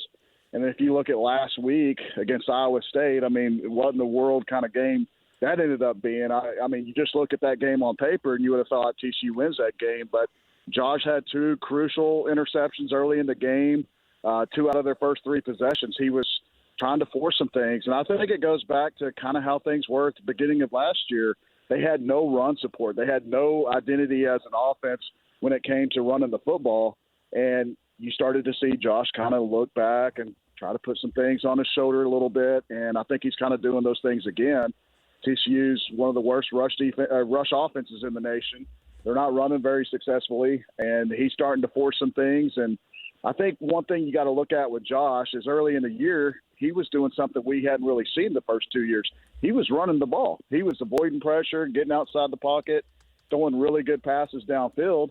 But the last few games, he's just not running. I don't know if that's an injury thing. He's afraid to get hurt. I'm not really sure what's going on. But he had some opportunities last week to take off and run the football, and that's one thing I asked Sonny Dykes is, hey, are you guys telling him not to run? And he's like, no, we've encouraged him to run.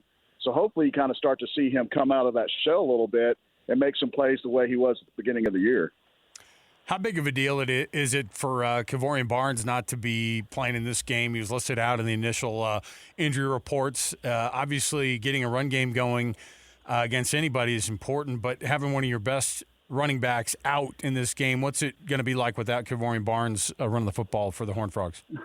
Well, I mean, there's no doubt he's the best running back they have. He's been the most successful when he's been healthy this year. It's kind of been off and on. He had a great game against North Carolina, got banged up in the second game of the season, so he missed a couple of games and comes back. I think he had a pretty decent game against K-State and then had a pretty decent game against Colorado and just didn't really run the football. Or he ran the ball well against Baylor, but then he's just kind of fallen off the map again, and he obviously got hurt early on last week against Iowa State. So missing him, you're missing a guy that's 225 pounds. You got a 225-pound running back, you're going to get some yards.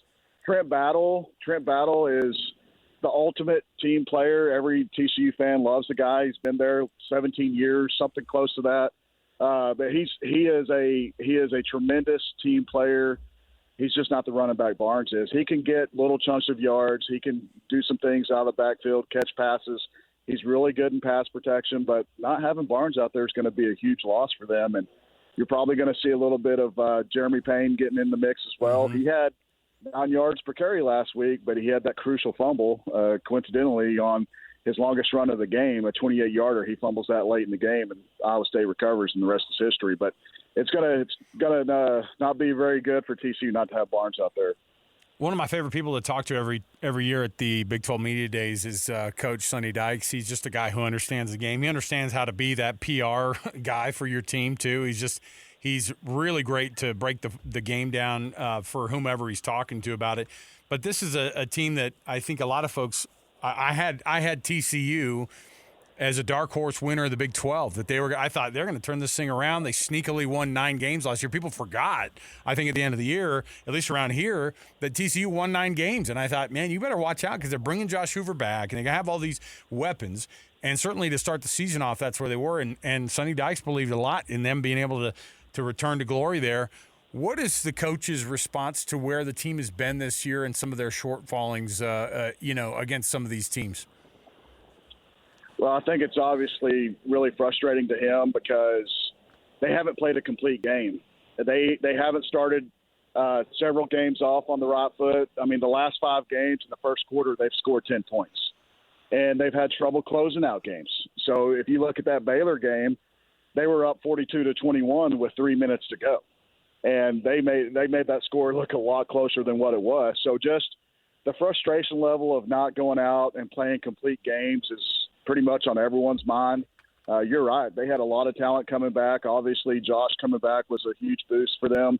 They're an old team. They've got a lot of seniors, Bud Clark on defense, Namdi Obiazor, Caleb Elarm-Zor.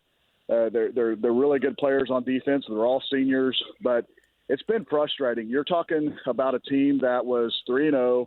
They go out to Arizona State. They're up 17-0 on the Sun Devils, and this is when Arizona State had 1 loss on the year. And so you're thinking, okay, I was right there with you guys. I mean, they were a dark horse to me. I mean, obviously I cover the team, so I see them a little bit more than others.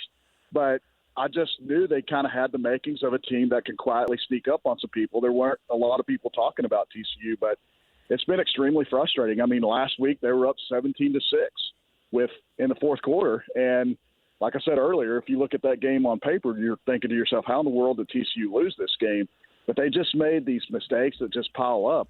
Punt return, special teams, turnovers. They've just been doing things that they don't really do. And if you look at last year, they did win 9 games. They went 9-4, and they were 3-3 at the beginning of the year, and they ended up winning 6 out of their last 7 games. And a big reason they were winners in those games is because they didn't turn the ball over.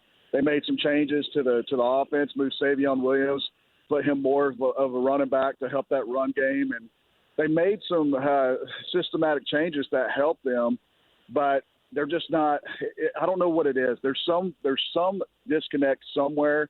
I cry myself to sleep at night trying to figure it out.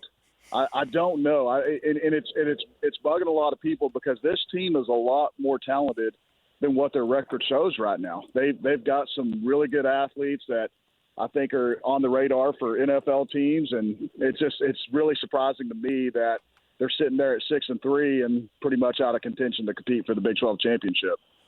You know, I grew up in the Dallas-Fort Worth area for a good chunk of my 0 to 15. I was there in the Dallas-Fort Worth area, and TCU growing up, it was, hey man, like this is not a program that's going to do anything. It was like SMU and TCU were kind of laughed at in the state, and then you have things turn a corner when Gary Patterson comes in, and obviously things have flipped there in Fort Worth, and they've flipped for TCU over the past 2.5 decades. And obviously fans have an expectation now. Where do TCU fans, or not fans, but where does TCU stack up compared to other teams that they're now in competition with when it comes to not just recruiting, but with the money side of things? Everybody looks across the state now into West Texas and goes, how on earth are those Texas Tech guys outspending people here in the Dallas-Fort Worth area? Do they look at the competition as that too now, the money side of things on top of not just being able to recruit guys, but being able to pull them in with the money? Yeah, I mean, that's a huge part of building a program now. You've got to go out and pay players. That's the simple fact of it. I mean, I've talked to several recruits, and some of those recruits, that's their number one factor now. Back in the day, it was, hey, what kind of uniforms do these guys wear? How's the campus, and how many girls are on campus? And now it's all about NIL, how much can they get paid? If I hit the transfer portal, is TCU going to be a team that other schools are going to look at and say, hey, this guy's from TCU? It all factors in. But I think Dykes has kind of set the expectation high for the fans because he's gone up on several platforms and just gone out and said, hey, this is TCU. We're in arguably the best recruiting area in the nation when it comes to football recruiting, the DFW area. You've got really good facilities. You've got a program. TCU does – I'll say this about TCU. I've covered the team for 21 years. If they go out and say, hey, we need to fundraise for a new suite area, they're gonna raise that money within a year and a half. No questions asked. But what I found out, if you go down to TCU and see that stadium, that's all donations. They don't owe any debt on their stadium. Wow. So if you look at the NIL factor, what I've noticed since this came to play a few years ago is TCU fans aren't as susceptible of giving huge chunks of money for recruiting for players. And so I think they've kind of got to get on board on that.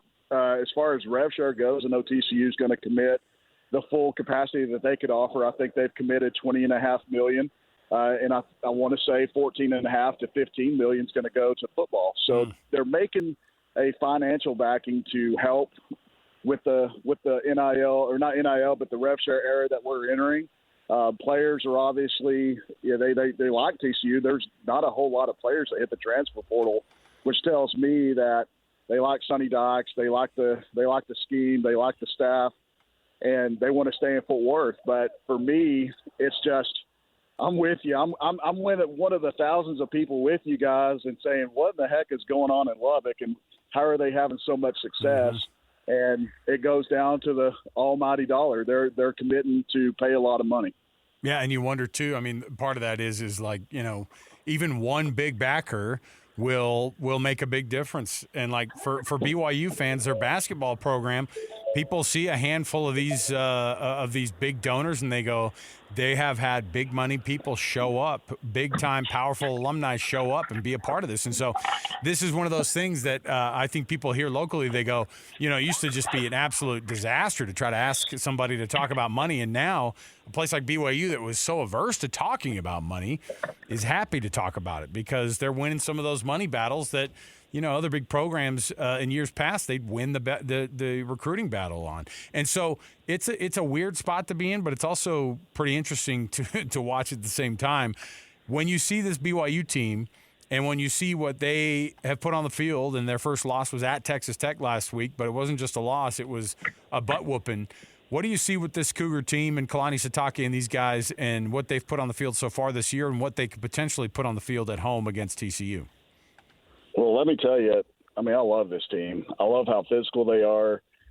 They're very sound on defense. They don't make mistakes. It's kind of like the traditional BYU team that you always see. They they don't beat themselves.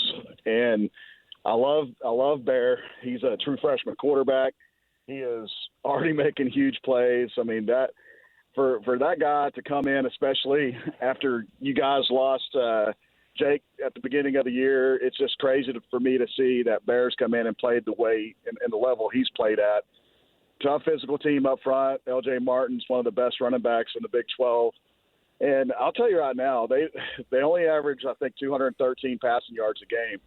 But I would take Chase Roberts and put him on any team. I mean, I could put him on because that kid, to me, is not only the best receivers in the Big 12. I think he's one of the best receivers in the nation. So it's a really fun team to watch. It's crazy to see their climb. I mean, like we said early in the show, 2 years ago, this was a team TCU beat 44-11, and that's not the same team. And you just kind of look, and that's kind of how TCU fans are looking at this too. It's like, you're seeing teams in the Big 12. The Big 12 has a ton of parity, but there's some teams that you've been able to see the last couple of years that have shown improvement. An Arizona State team that was picked dead last finishes first.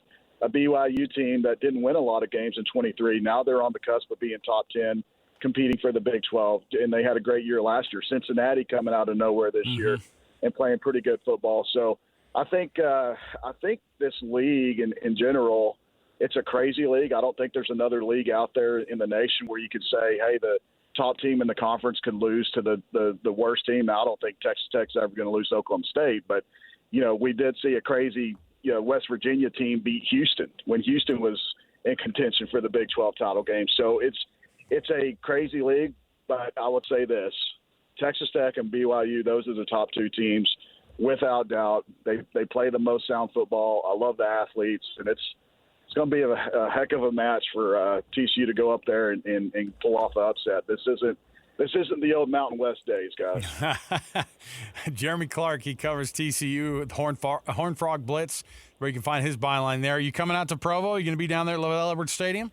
I am not making it. I am not making it to Provo. I wish I was. It's a beautiful place up there. It is.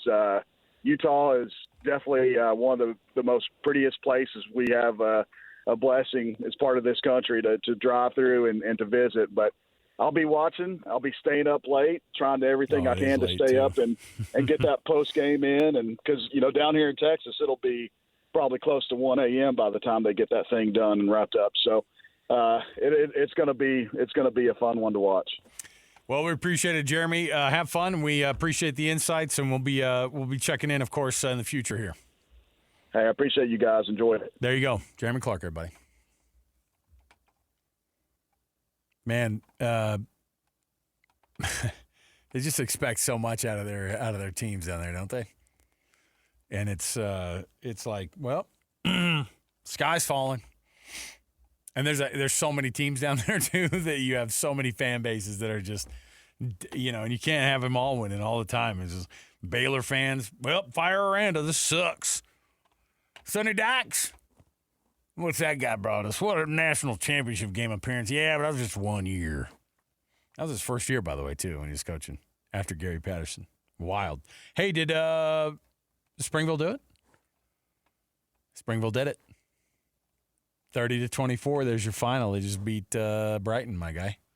So you're going to have a Orem Springville, all Utah County representatives down there at Rice-Eccles Stadium on Thursday for the 5A state championship. That's it, right? Those are the two. Yeah. Yeah, there you go. Well, we'll see. See how that one goes.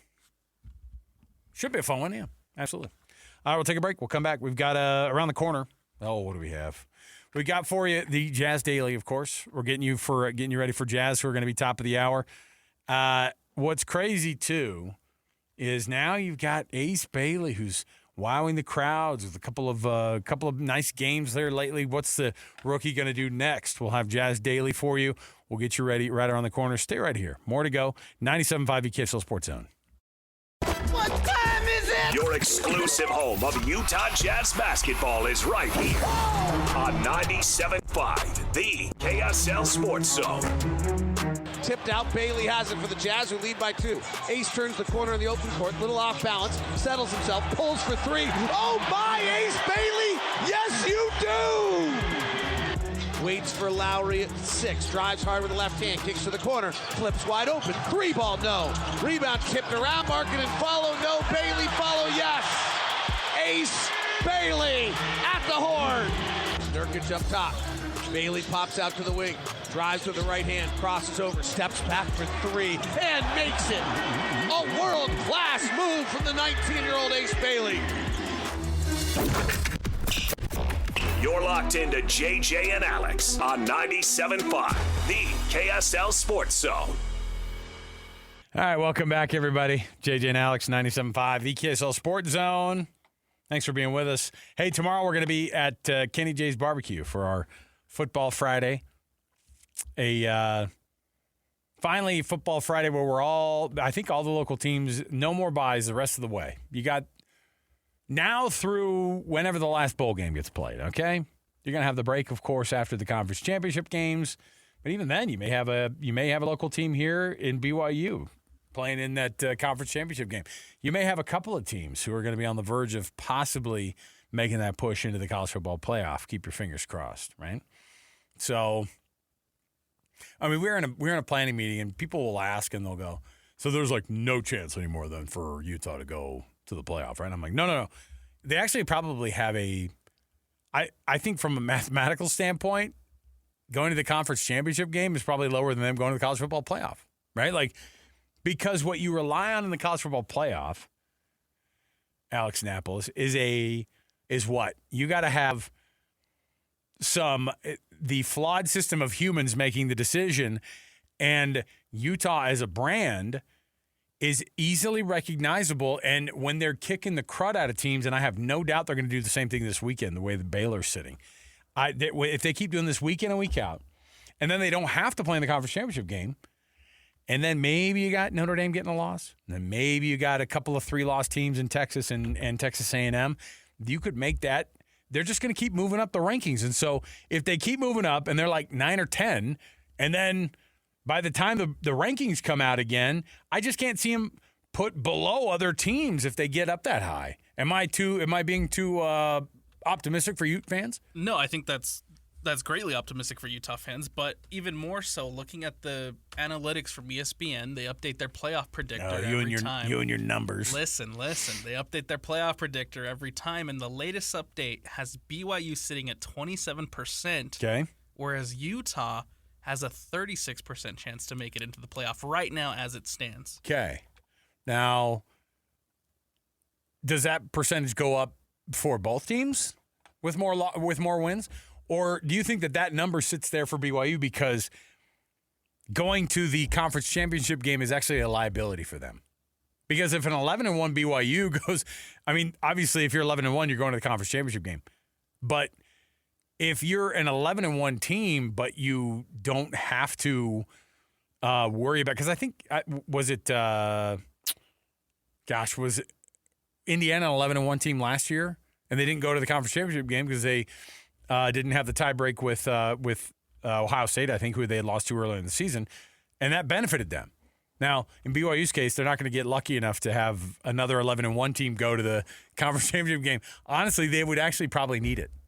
I think they would need it, but at the same time, if they do make that conference championship game and they lose to Texas Tech, you look at last season where SMU lost to Clemson. Clemson obviously made it. SMU made it as well. SMU was an 11-2 team. That argument should be there for BYU as well. By the way, losing to a 3-loss Clemson team in the conference championship game. That loss would be worse. Of course that would be worse. Like losing to Texas Tech for the second time. People are looking at it now and they go, man, they got their butts kicked so badly that now you can't come back from that, BYU. And it's a wild thing to think. And yet at the same time, the possibility is there. And I'm a big proponent of get a couple of teams in from the Big 12 and maybe even a Utah to sneak in from the Big 12 as well. Why? Because look at what you've got in front of you.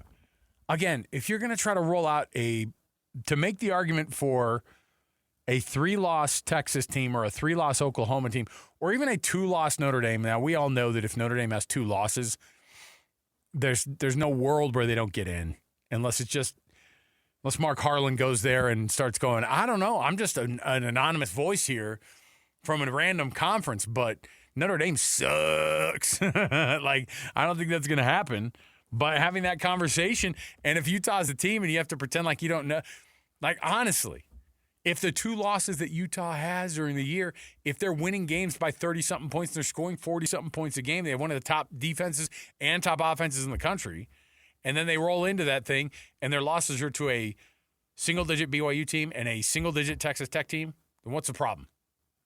You know, compared to, like I said, if the thought is that looking at SMU from last year, now you needed other teams to not be very good across the Big 12 for the SMU to be there, and they had a bunch of 2-loss teams getting in there, and so they didn't help themselves last year. But we'll see. I don't know. There's a lot still on the table, I think, for both teams. And you also have to consider, and I think it'll help out the Big 12 a lot, that the SEC and those teams that are around Utah and BYU in the standings right now, they still play each other. They still have games. That's what I'm saying.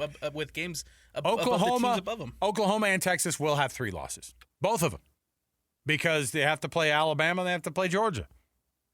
And in Texas's case, they're going to probably have 4 losses because they're going to play Texas A&M, I think, also along the way. So good luck. I mean, I don't wish that on Sark at all, but I do. So there you go. Let me see here. Jazz Daily, of course, we're bringing you all the Jazz updates here as we get you ready for this one. From an injury standpoint, I think everybody's going to be – the people who have been out all season are going to still continue to be out. And the question is what is Ace Bailey going to do to follow up his performance from the other night? How about the Jazz scoring the 4th most points in the history of the franchise the other night with this team that's supposed to be one of the worst in the league? They're not the worst team in the league, Alex. I think that they are a really talented young team that just hasn't found they just haven't found their total rhythm, but there are some games that they've been showing up and playing, and I like what this team's doing right now. I want to see what Ace Bailey follows up Tuesday's performance with. I think overall you see flashes of what this team can be. And I think a lot of it is going to come down to, one, the development of Keontae George. I think Keontae George is coming to the season, and he's started off really well. And then obviously the development of Ace Bailey. And where does he continue to grow as he gets more minutes and he figures out the NBA? Well, we're going to try to figure out the NBA. Of course, you're going to get that game top of the hour here. You're going to get the Jazz coverage. Pregame, of course, Jake Scott and the coach, Tim Lacombe. And then the call will be right here on your dial as well at 97.5 the KSL Sports Zone. Let's take a break. We'll come back and we'll get you with our best and worst and get you ready for Jazz versus Hawks over at Delta Center. Yes, Quinn Snyder making the return back to Delta Center. Does he care anymore? Do fans remember? Yes, they do. The old memes of mean Quinn Snyder, they're burned into this brain, I'll tell you. We'll take a break. We'll come back. We have more to go right around the corner. Stay here, 97.5 KSL Sports Zone. Wrapping up the hour with our picks for the best and worst moments on today's show. As JJ and Alex want to hear your best and worst of the day.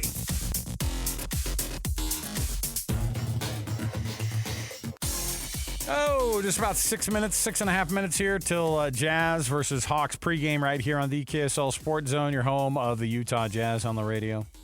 And Tim Lacombe, the coach, and Jake Scott going to carry you all the way through, and then you're going to get yourself a little bit of Ron Boone and, of course, the radio voice of the Utah Jazz, David Locke. That's coming up here, top of the hour. In the meantime, hey, your best and worst brought to you by the good folks at the Doug Smith brand of dealerships in American Fork, Spanish Fork, and in Linden. Nobody knows cars like Doug. Hey, our best is Nikola Jokic feeling absolutely disrespected after not winning the MVP last year. Is there a little bit of that? He pretends like there's not, Alex Napolis, but like 55 points last night in that game. He had, I think, 11 rebounds as well and only 8 assists. So short of the triple-double. I'll ding him on that. If I'm an MVP voter, I see that kind of stuff and I go, I don't like the effort. But he's having like another insanely special year, and he's had crazy special years his entire freaking career. By the way, I think he took like 24 shots, 55 points on 24 shots. Pretty wild. And ultimately, he would rather be with his horses. He's like, everybody shows him he's in Serbia crying when one of his horses wins one of those dumb little wagon, those buggy he had races. more emotion for that than he did I know. for winning the cup. I know. My favorite part too is he acts like when they were asking him about Aaron Gordon's dunk the other day. Did you see that? When he's, oh my gosh, it's the best clip. He's in there and he goes, when you saw Aaron Gordon's dunk, and he goes, oh, he dunked it? And he's like, yeah. He goes, yeah. He was like a posterizing dunk, and he looked over in the locker room and he goes, did you dunk? He goes, did you dunk? And he goes, yeah, man. He goes, and they showed it to him on a phone, and he goes, I was open. That was his response. I was open. Oh, my goodness. Jazz and the Hawks tonight. What do you expect in this one? This is a 7-win Hawks team coming into Utah. I anticipate a warm welcome for Quinn Snyder There tonight. you go. Yeah. Absolutely. Jazz versus Hawks coming right up here. We'll bring it right to you next. For Alex Napolis, our producer, Mitch Harper, who's with us today. 97.5 KSL Sports Zone Football Friday tomorrow.